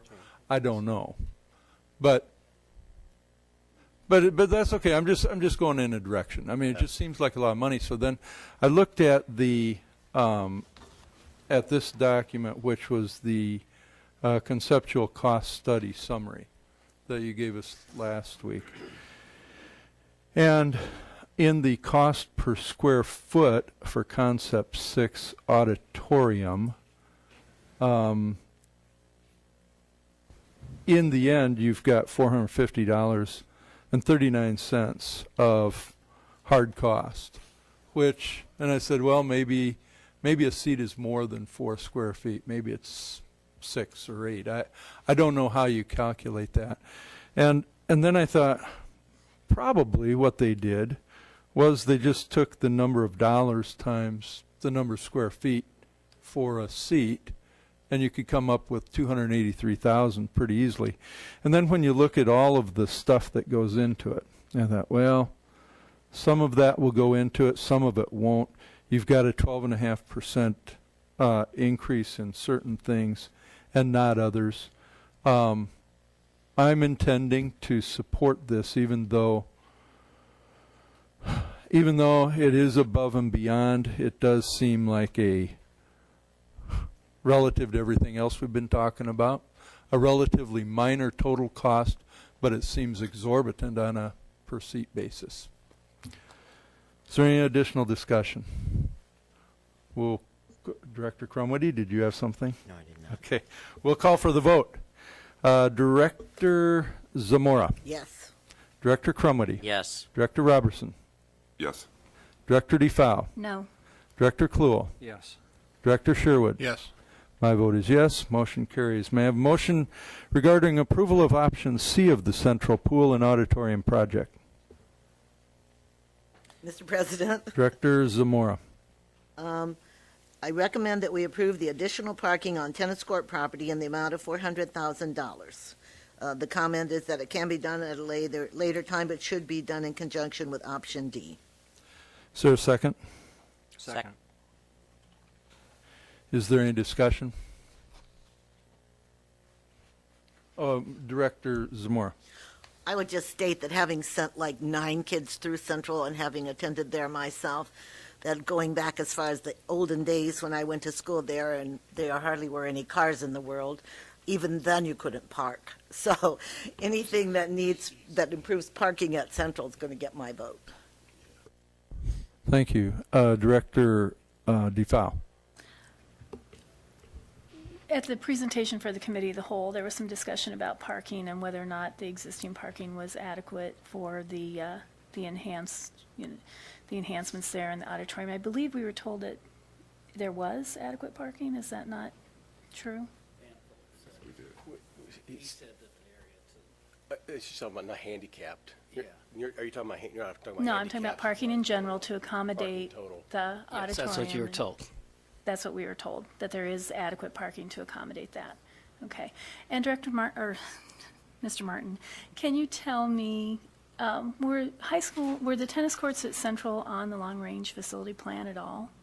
There was 2 that were in the original scope of the long-range plan to add an additional 2 courts. To add an additional 2 courts. And can you recall when that fell in the timeline? No. Not within the next 5 years, though. Probably not. Okay. I don't recall. And parking enhancements, was that on the long-range plan? There was no parking That enhancements. wasn't on the plan. So, 4 projects for the price of 2, some of which weren't projected for several years, and again, or even projected. And again, my question becomes, are we being fiscally responsible, and are we considering the best interest of the district and some buildings that haven't been touched in years and years and years? Director Robertson. Thank you very much. Scott, can you tell me how many parking slots we will gain by uprooting the tennis court? Just one moment. 143. 143. Yes. Okay. So when I look at J and K, I'm talking about spending over $1 million for 143 parking slots. Because I'm Because we moving have to it move from the one courts. location Yes, because we have to to move the another courts, location. correct. Another thing is that for me, it's about safety. I probably, in my job, spend more time talking about safety than anybody in this room. And when we look at things, we look at them from a different perspective. We don't say how many, whatever we're going to build tonight. We say how many people will not get hurt tonight based on the things that we do. I cannot support a project that we're going to still park kids across the street and say that that's okay because they do it today. I don't like it today because they are crossing a very busy street. And I don't like the idea of spending, and it's going to be over $1 million by the time this is all taken care of if we do this, of spending this kind of money for those few slots when we've already stated that we have enough parking. So I'm wondering why we want to move the tennis court and move it to another location, and then kids that are there don't have easy access. Now they have to have transportation. So I'm not in support of J and K. Thank you. Director Zamora. Yeah, I'm puzzled why we're having so much trouble getting anything okayed for Central. How much did we spend to put the new parking for the football field? That was about 300,000, I believe. And that include the land acquisition and the paving and everything?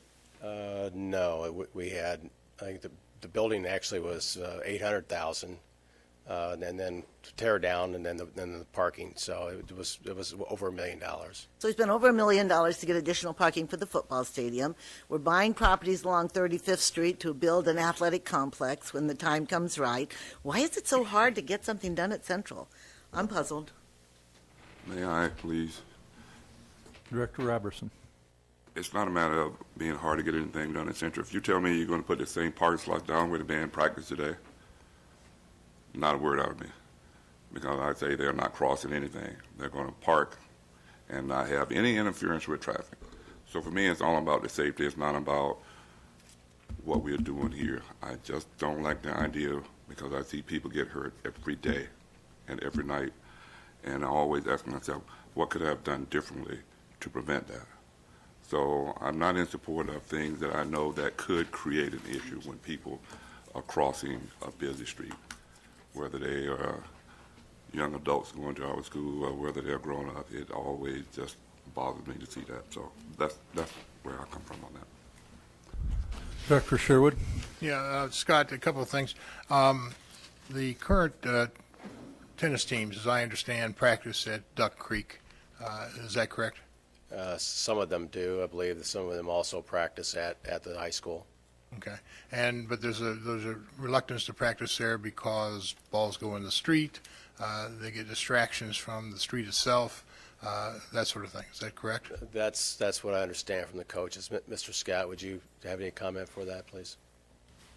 I would just say with 2 teams going at that time, there's not enough court space at Central.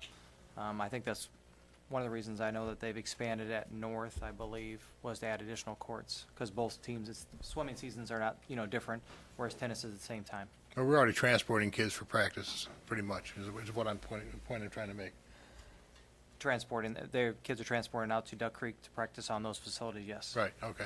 So transportation is not going to be a huge increase of what we're currently doing. And once again, the safety issue, how many students have been injured crossing that street that you're aware of? I wouldn't have those numbers, perhaps Mr. Scott. My 8 years there, I don't know of an injury that's happened. Okay, and we haven't had a problem with the neighbors in that area over the years because students parking throughout the neighborhood and taking up residential parking spots, is that true? Yes, that would be true, that we have had. And an ongoing issue. And although the current, without the parking across the street, the lot will be essentially what it is now. That doesn't resolve any of these other issues that have been ongoing for Central, to my understanding. And would you characterize the improvements that you're recommending as being safer or less safe than students currently have as far as crossing Harrison Street? That's a tough question. I think it's safer for students to have them in one area rather than crossing at one area, rather than crossing through, if they're parked at 9th, 10th, 11th Streets, 13th Streets, crossing and they're not crossing at lights then. This at least puts them in one area where they can cross at 12th Street with a controlled light. And the number of courts that you're proposing for Brady Street area would include these additional courts that we were going to put in down the road? Correct. And have you, if you took that money out of there, what would this look like then? If I took the money out In other words, if we're budgeting for some additional work we're going to do at Central that we're not going to do, that should be part of the factor here, shouldn't it? Yes. Okay, so this is not as bad as it looks because we're actually getting improvements. Right. To build 2 courts where it was, we built 8 for $400,000. $475,000 this year, taking it down to bare ground. Right. So you can figure 2 would be a substantial portion, less than that, but still money that we're going to spend there eventually. Yeah, and I'd also like to point out in 2001, I argued to put 8 courts in there so that it could be competitive for tournaments, and was told that the other schools didn't have that. It had to be the same as the other schools, and so that board put these in, and now we're talking about additional courts and building it up to another standard. So I think it's nice that we're going to build a pool that will compete in the future. Thank you. Director Kluhl. Scott, could you talk about the adequate parking issue? I'm a little confused about that. We have adequate parking without the tennis courts being converted to parking lots. I think that the question that was asked and answered at the Committee of the Whole was, would there be enough on the existing site parking to support events at the pool and or auditorium? And the answer to that was yes. By the consultant that was with us that night at the meeting. The existing parking is 389. It's been seen as very inefficient and inadequate. Without the tennis courts, we end up having 418, which is more than we have today, but not as much as you could have, and we have 561 total. So the question was asked and answered last week had to do with the events, not with the overall school. Okay, thank you for that clarification. I know when my 2 guys went to Central, they were never successful in finding parking spots in the parking lot. They were never the first kids to be there either, so it may have been their fault. But they crossed Harrison, and I recognize the issues, the safety issues, and it's certainly something we're concerned about. Could you talk again about the bus situation that stops off there and downloads kids? They cross Harrison? They do. They do. They have to cross from west to east because the drop off on that bus would be on the west side of the Harrison Street. Okay. And I guess the added safety to this is that we would control access across Harrison to one place rather than multiple. And the other thing, just as Director Sherwood had mentioned, that the tennis court issue is an enhancement of the current tennis courts. I believe to play regional matches, they require 4 courts. Is that correct? Or 8 courts? I do believe so, but I know at minimum that 6 does not. So I don't know if it's even more than 8. It could be more than 8, but I know it's more than 6. Had you ever seen much use of the tennis courts outside of the high school itself? Any of the community use those courts? Yes, I do have a little reluctance personally of not keeping one set of the tennis courts there, and I've addressed that because for the community to have one set of courts there and do the parking on the other 3 sets, but that's my personal opinion that I've shared a little bit. So I do see a little bit of community, but not where all 3, let's say 6 courts are going. I may see kids out there using 1 court at a time in my nights there. And we do have some issues at J.B. Young with the playground area where we have some residents, some businesses in the area that are concerned about the use of those recreational facilities after hours. But you haven't had any concern with the tennis courts.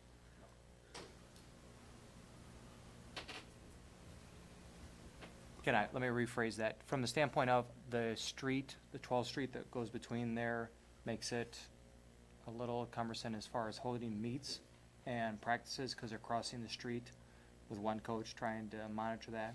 The street probably causes as much difficulties with having practices and that there, the 12th Street traffic. Okay. What, I'm not sure how to phrase this. What if we retained one of those courts? I mean, if we have adequate parking, and we're concerned about event parking. What's the lowest one? Because I know that United Neighbors does use that court on occasion. Yeah. We're going to lose approximately 40 spaces. Well, I would like to amend the motion to retain one of those 3 tennis courts there at Central High School.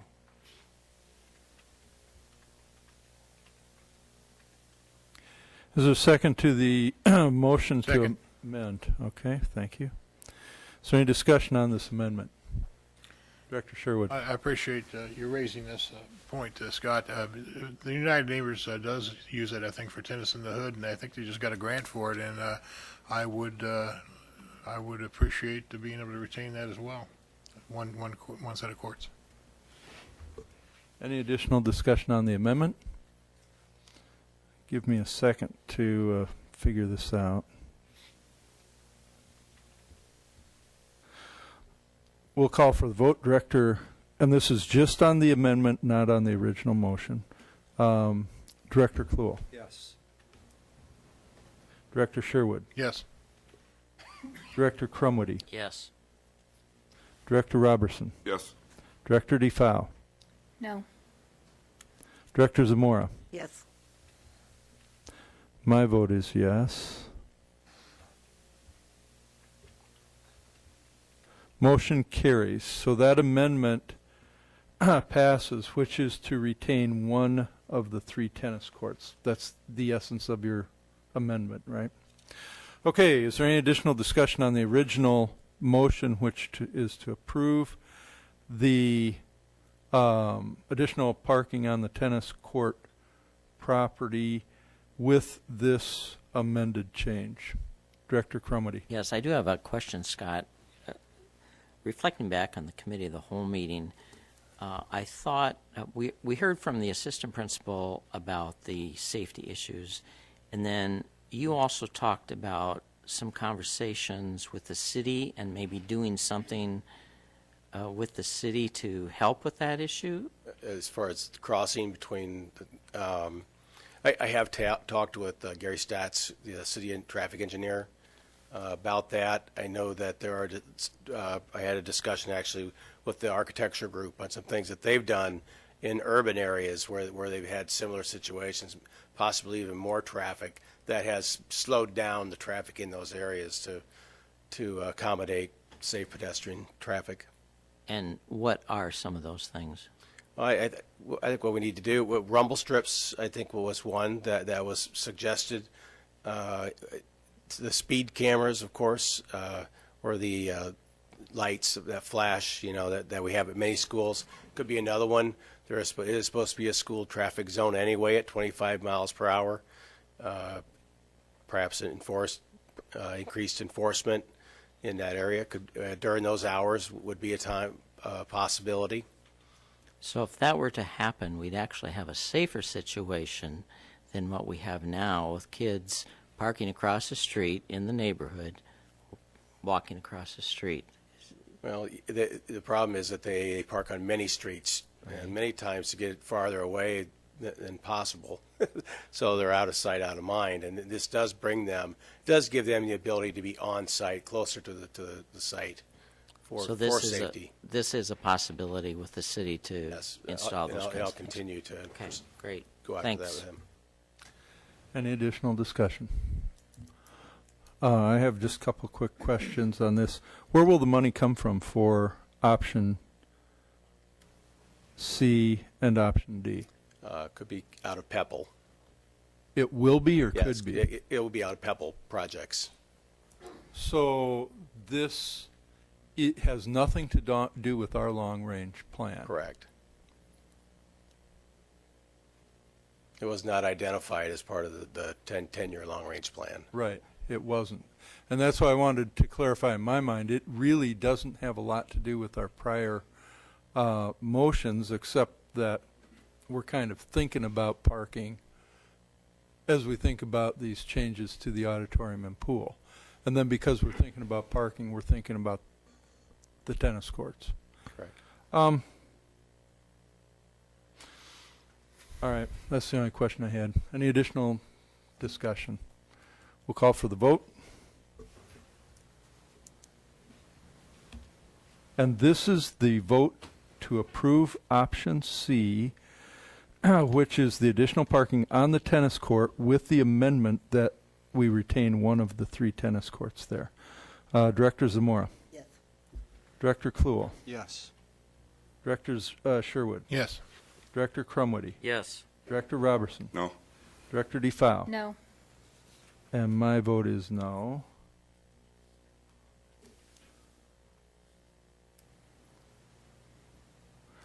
Motion carries. May I have a motion regarding approval of option D of the Central Pool and Auditorium project? Mr. President, Director Crumwitty. I move the administration's recommendation that the board approve the replacement of tennis courts at Brady Street Complex in the amount of $500,000. Second. Is there a second? Thank you. I'm sorry to have interrupted That's you. all Did right. you have That's discussion? Right. I was just going to do the thing in parentheses. Like I Rick apologize. Moore. I apologize. Why don't you do the thing in parentheses? Can be done at a later time, but should be done in conjunction with option C. Very good. Thank you to add that, or for adding that. It's been moved and seconded, and I apologize for interrupting. Is there any discussion? Director Robertson. I have a question, Scott. It was implied, but I don't see it in writing any place, that moving the tennis courts would be an upgrade because you're going to add more, and the total cost is going to be like $500,000. I don't see that any place in here that says that you're going to upgrade and have additional tennis courts. It would be 8 courts. Okay, that's more than what? They have 6 currently. But I'm just saying, is in the documentation that I have, that's why I was surprised when people start talking about the upgrade and how many courts you were going to have, and it was only going to cost $500,000, and I don't see it in a document anyplace. So it should be in a document that says that you're going to be able to move them, and you're going to have more tennis courts, and it's going to be only $500,000. Thank you. Any additional discussion? Okay, we'll call for the vote. Director Crumwitty. Yes. Director Sherwood. Yes. Director Zamora. Yes. Director Robertson. No. Director DeFow. No. Director Kluel. Yes. My vote is yes. The motion carries. Thank you, all of you, for this. We'll move into a discussion item. I believe, Marcia, are you going to talk on the Affordable Health Care Act?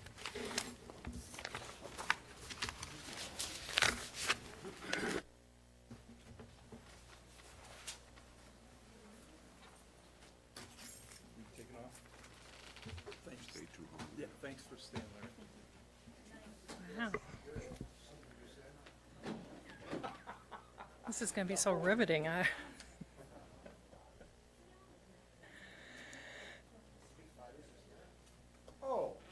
Marcia, would you mind if we take a 5-minute break? Not at all. Okay, 5-minute break. Thanks for the suggestion, Director Sherwood.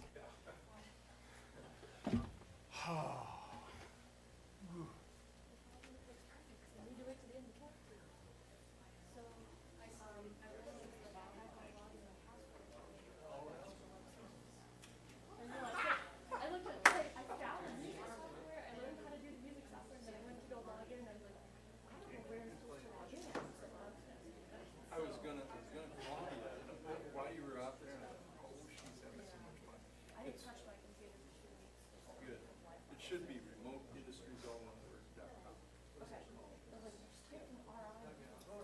I realize I have no idea what's going on. But I've got to excuse myself for 4 minutes. That's all I needed to know. Yeah, and I'll give you a call tomorrow. Okay, sounds good.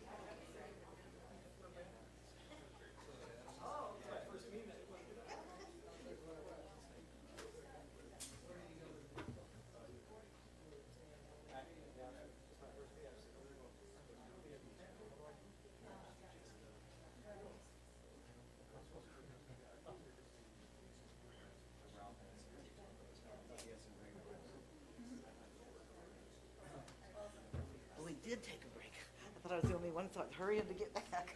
Yeah, I know. I walked in, all of a sudden the bathroom was full. Yeah, well, you know, it's 2.5 hours, more than almost 3 hours.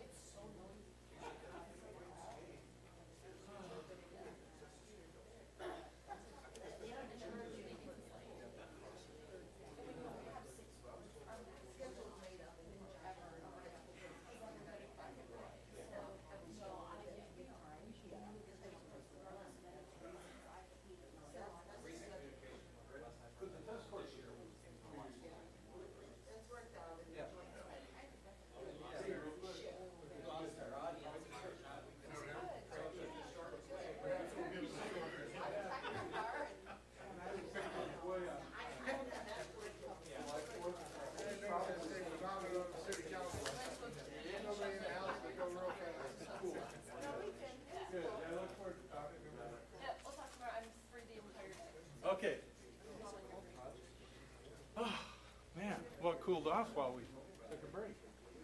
All right. Let's see. 1, 2, 3, 4, 5. Oh, let's go ahead and get started. All right. Who's the gal by Rachel? What's that? Who's the gal back there by Rachel? I don't know. Marcia, you can go ahead and get started. Okay. Let's give our attention to, Marsha. yeah, Marcia, excuse me. Dr. Tate had asked me if I would pull together and provide you costs associated with the Affordable Health Care Act. And so I've done that, but I wanted to give you a little bit of background to it. I just want to start by saying I probably know enough about this to be dangerous. The Affordable Health Care Act is extremely complicated. There's thousands of pages of explanation to the Affordable Health Care Act, and we continue to learn as we go, I guess is about the best I can say. But the Affordable Health Care Act is a national health care plan aimed at reforming the American health care system, is how it's described. And it was signed into law on March 23rd of 2010. And it does, like I said, it contains over thousands of pages of reforms to the insurance industry. I've attended numerous seminars, and we're working almost monthly with our insurance consultant to keep up to date as to everything that's rolling out. What I provided you in the handout was provisions that are already in effect that have taken place, and they're associated with the Affordable Health Care Act. And then also some mandates that are taking place in 2012 and 2013. Now, upcoming in 2014 is the employer shared responsibility, the play or pay component to the Health Care Act, and that is actually what has been delayed. And unfortunately, Mr. Robertson isn't here because he had asked that question earlier. But on July 2nd of 2013, the Department of Treasury and the White House used their blogs actually to announce that the employer reporting requirements and the employer shared responsibility play or pay penalty is being delayed until 2015. And what that play or pay is that the requirement provides that employers with 50 or more full-time or full-time equivalent employees, which would be us, must offer affordable minimum value coverage to most full-time, that's 30 hours a week, employees, or pay a penalty. So what has been delayed is that the reporting requirements are going to be provided later this summer, so we don't know what those are yet, but that reporting will not be required until 2015 instead of 2014. And since it's not possible to assess or enforce the employer penalties without reporting, then that means that the pay or play mandate is also being delayed until 2015. But that's the only part of it that's being delayed. What has not been delayed are the fees that are associated with the Affordable Health Care Act. Now, getting to the fees, there are some taxes and fees that we can't put our hands on because they're attributed to pharmacy purchases and medical devices, and they are built into the rates that is charged the district. And so it's estimated the pharmacy tax is actually 1% on certain medications, and that the medical device tax is 2.3%. And so that's been blended into the rate that you pay for that, so it's hard to tell exactly what that is. But there are some fees that are much more easily defined, and the first is the Patient-Centered Outcomes Research Institute, or what they call PCORI fee, and then the second is the Transitional Reinsurance fee. And both of those fees are calculated on the number of individuals that we cover under our plan, which is just over 4,000. So I presented a chart to you, and for the 2012-2013 school year is when we started paying $1 per individual covered for the PCORI fee. So that's about $4,100 a year. In 2014, we're going to have to start paying $63 per covered employee for the transitional reinsurance fee, and that's going to come to over $260,000. In 2013-14, we also will up the amount that we pay to PCORI to $2 a person, and then it just keeps increasing from there. It's increased by an adjustment. I don't know if it's the standard of living or what that adjustment is. They just say we'll increase, an adjustment every year. So we've got it projected out to 2018-19 of where it'll be $2.81 per employee, or not per employee, I'm sorry, per member covered. So that's going to be not only the employees, but if they have family members covered also, we also have to pay the fee on them. So through 2018-19, we estimate it's going to be about $62,000 that we're going to pay in that fee, but it's going to be over $500,000 we're going to pay in the transitional reinsurance fee. Now, those are the fees that we know about at this time. Again, we work real closely with Tim Kearns from R.J. Lean Associates, who's our insurance consultant. They provide us almost weekly updates as to, new things coming out or things that have changed. But right now, these are the fees that we have been able to identify and project based on the latest information that we have from the government. Great. Are there any questions? Director Zamora. A couple of them. Your one paragraph said that this insurance tax does not apply to our self-funded plan. What does that mean? Are you talking about the statement underneath the paragraph? Yeah. Mm-hmm. Okay, that's the health insurance tax, and that's different from the two taxes that I identified. Okay. And that one doesn't apply to the district. And can we pass these costs on to our insureds?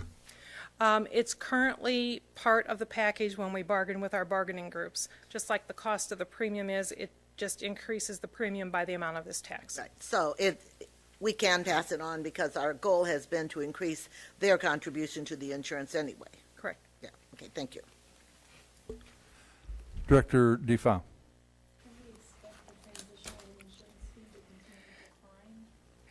I am not aware that it's going to go past 2016. I'm not sure why, but that is all the farther that they have it projected out. Director Sherwood. Will we see any reduction in workman's comp since everybody seems to be covered anyway? That's a good question. We haven't projected that. I don't know. That's a very good question. I'd like to know about that. Okay. Thanks. Director Clue. Do you know what the PCORI and TRF fee, Patient-Centered Outcomes Research Institute. Do you know what that's about? I believe that is associated with the option that employees are going to have that if they don't want, the exchange, that's the word I was looking for. I believe that's associated with the exchange, so that if the employee doesn't want to keep insurance where they're at and they want to go to the state exchange, I believe some of that money is helping fund that exchange. Okay. And the transitory nature of the TRF fee, as Director DeFal mentioned, it's it's a transitional reinsurance fee. That one I didn't bring additional information I'm just curious. on, but I can certainly find some and pass it along in board packets. It would be helpful. Sure. Director Defoe.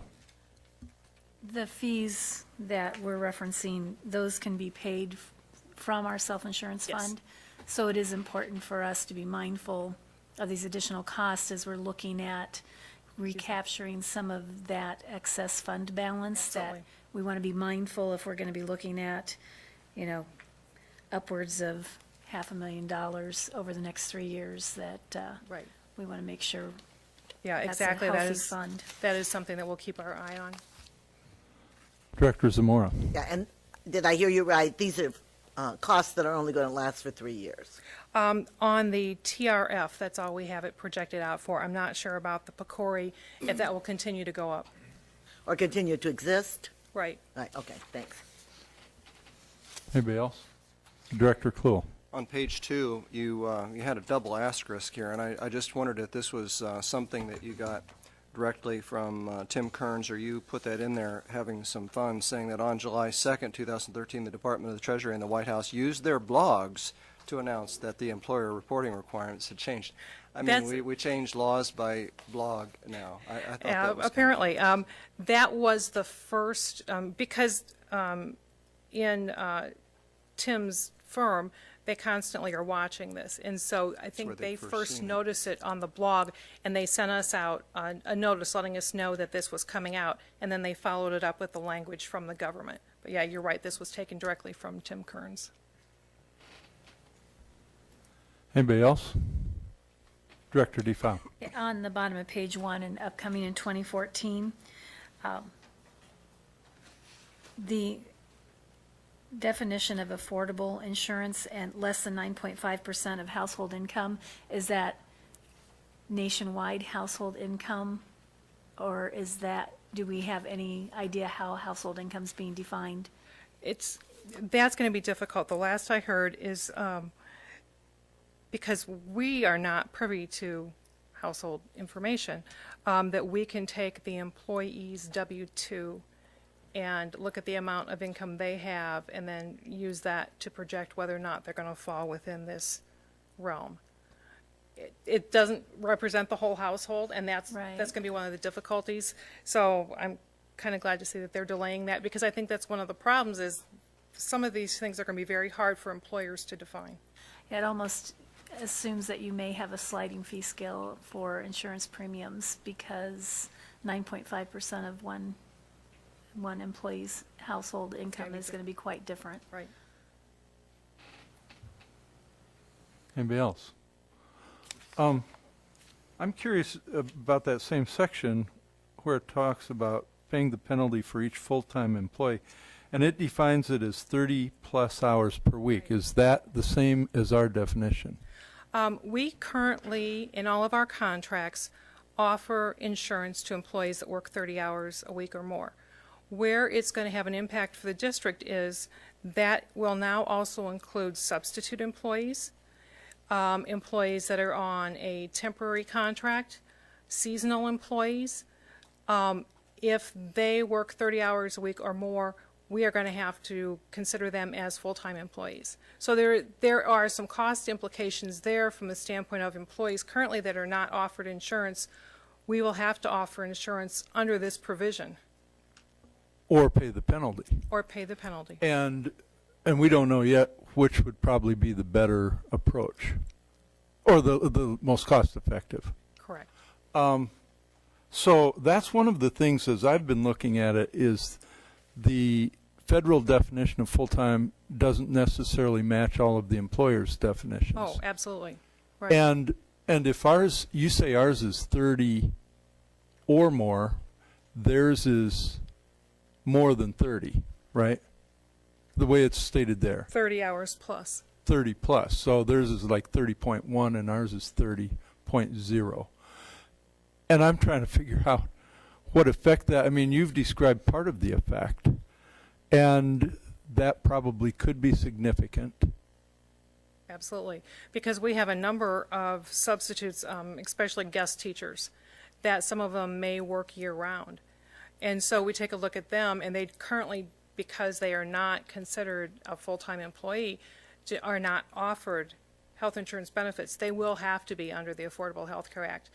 Seasonal employees, we have to look at them, which could include coaches that are not employees. It could include other workers that aren't here on a regular basis, but we have to look at their time period of what they work and project it out. And then if they fall within this provision, we also have to offer them insurance. Where that becomes tricky is if we have a guest teacher that maybe we believe we have to offer insurance here, but maybe they also teach in Bettendorf or Pleasant Valley. You know, the coordination of this is just, it's going to be interesting.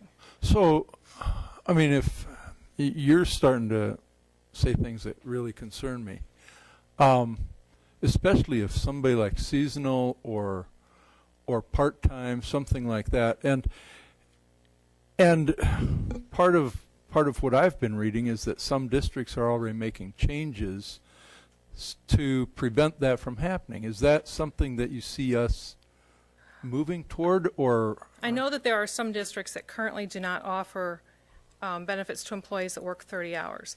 And I've talked to some districts that are saying that they are changing the hours that those employees work, so it's like 29 and a half or something like that. I've not been included in any discussions where we're talking about doing that. Okay, thank you. Any directors more? Yeah, well, you asked one of my questions about why not just cut them to 29 and a half hours? What's a half hour make? And it's a lot of money for the insurance.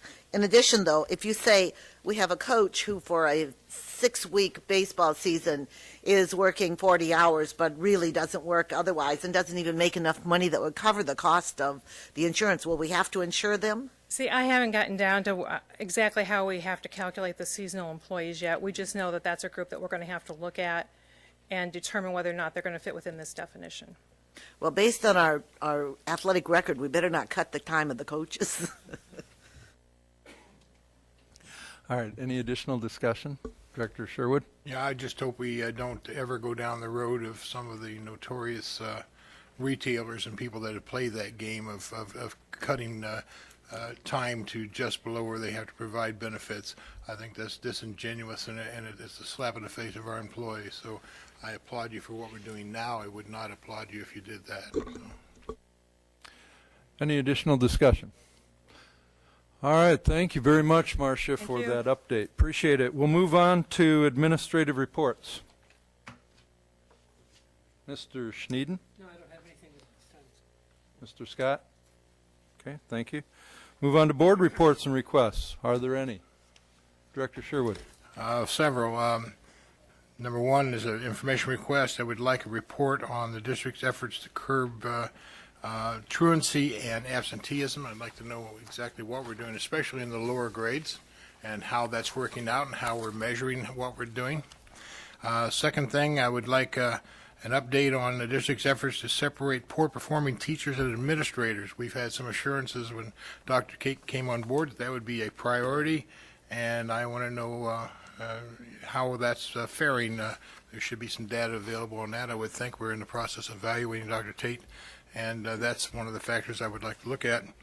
I'd like an update on hiring and promotion by ethnicity and gender.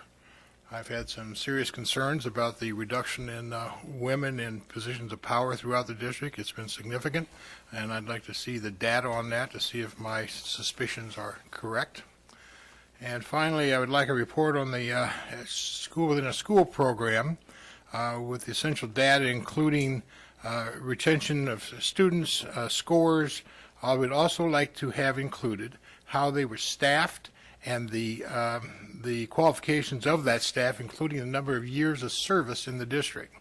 One of the most egregious things that happens across this country is that new teachers are put into positions with the most difficult students or in the most difficult schools, and it is a cardinal sin across the country, and I have some suspicions that we may be perpetuating that right here as well. Thank you. Any additional reports or requests? Director Kluhl. Information request from administration on the what it is going to take for Davenport Community School District to be able to be considered for the state's education reform program appropriations funding. The state is, under their new education reform program, is planning to award districts based on some criteria that I'm not familiar with yet. At one time, it was going to be required. I believe the Senate had it required, but the outcome was that it's going to be optional for districts to commit to certain reform programs. But I would like to know where we stand in terms of our ability to be considered for those dollars. Okay, thank you. Any additional reports or requests? Director Sherwood. I'm sorry, I forgot. I've had conversation with a couple of teachers very recently about the cell phone policy that we raised quite a while back, and we're heading into a new school year with that still not being, in my mind, resolved. North Scott has a policy that's different than ours. Bettendorf has a policy that's different than ours. A significant number of faculty believe our current policy creates problems, including some folks that are sitting in the near proximity of me, and that a modification that might be in the best interest of the district. So I don't know where that is right now or what happened to it, but it seems to have fallen off the edge of the world. So, well, if you wouldn't mind filling that out as a request, sure. Then we can ask the policy committee. I'm not sure where it is either. I haven't frankly thought about it for a while. Director DeFau? I believe that in the last 6 months, with the attention that we were giving to boundaries and open transfer policy, that was held in the policy committee. We were looking for feedback from student board members, and as I said, it just got set on the back burner by virtue of the other things that we were attending to. I'm just hoping that maybe we can act on it before the school year begins. I know that's a short frame of time, but it'd be good to have if we're going to change, it'd be good for notice for the district. Yeah, I really don't know that a request needs to be but I defer to you. I think that we could discuss it in the policy committee meeting tomorrow. Right, yeah, the policy committee meets tomorrow, and as long as it, we'll go ahead and look at it. I just wanted to make sure it was documented so we don't lose it. I'll take it, and then Mary will have it. Any additional reports or requests? I've got a couple. I wanted to respond just briefly to Director Kluhl's request for information on what DCSD must do to be considered for the state education reform program. We did ask Margaret Buckton to come to a meeting, and it's around the first part of August. I think it's like the 5th or the 12th. I don't recall exactly. And she's going to talk about two issues, but one of them is the governor's education reform program. And I think there's one other that I asked her to talk about for 15 minutes. So what we'll try and do is to work this into her report, but then also for any board members, and we'll send out a reminder, but you might be thinking about that as we get into that discussion.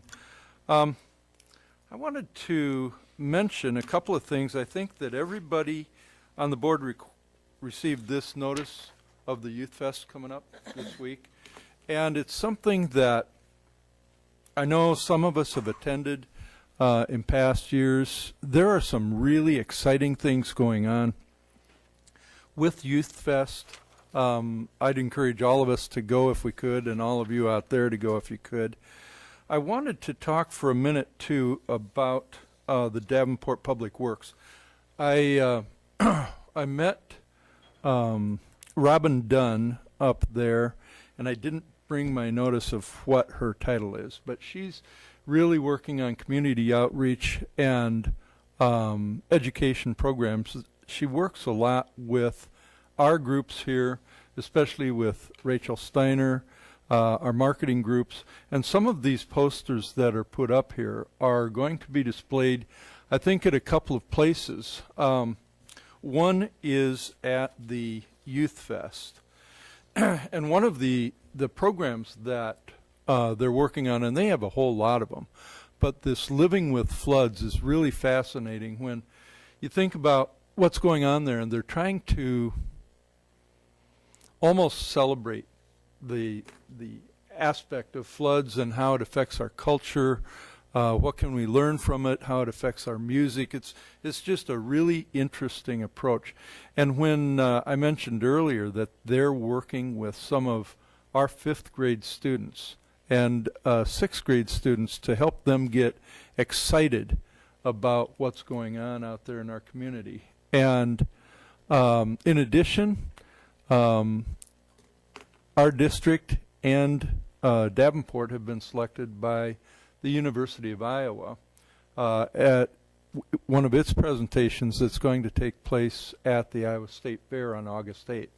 And it's talking about our collaboration with this, and there is probably a lot more to it. But I wanted to invite the board and the community to celebrate with us all of these things that are going on, and I wanted us, the board, to realize some of the fantastic collaboration that's taking place with the Davenport Public Works. It's just absolutely astounding when you go up there and you see the original prairies that they're planting, and talking about how you manage that. Are there collaborative things that we could do with our schools where we plant, say, a prairie and study insects of the flowers out there? I don't know all what it would be, but it's pretty cool stuff. I just wanted to highlight that and say thank you, Rachel, and I wanted to say thank you to Robin as well. Well, you got me excited about environmental stuff now. I just want to say that North High School has a tremendous little wetland corridor in the front of their property there that the biology instructor got started. It was just really cool. But the Living with Floods thing, Sally Mason, president of the University of Iowa, has done some great things with this. The leadership that they're showing down there and not trying to build berms and things around the Hansher Auditorium, but they're saying we're going to have to live with this, so let's build smart. rather than building in a floodplain, which was beautiful. They decided against it. But just a little plug for Davenport Schools with Living with Floods. Rachel and I attended the Preservation Hall Jazz Band down by the levee. And the big issue down there was living with the floods. And I don't know if you've ever heard the Preservation Hall Jazz Band, but they're it. These 80, 90-year-old codgers playing Dixieland jazz. But the coolest thing is we had the Williams Intermediate Band do what's called a second line march down from RME, I believe, down to LeClaire. And some of those kids stuck around during the performance. And Rachel, what was the girl's name who played clarinet? Molly, who is the daughter of one of our high school band instructors. But the last gig that the Preservation Hall Jazz Band did is they got up off the stage with their instruments, these old guys walking down. They went around the crowd down in the park. And who got up in front of the Preservation Hall Jazz Band with their clarinet but Molly? And so we've got videos of Molly, a 13-year-old girl, out there leading the Preservation Hall Jazz Band. And what are we doing with that video, Rachel? Are we going to put that up on our Facebook page? It's on Facebook page now, so go to the Davenport Community School District Facebook page, and you can see Molly leading the Preservation Hall Jazz Band. It's okay, great. So check out the webpage. But Living with Floods was part of that whole concept down there, and Davenport Schools was there for that. Cool. Very much. All right, unless there's something else, I would entertain a motion to adjourn. So moved. Is there a second? All those in favor say aye. Aye. This meeting is adjourned.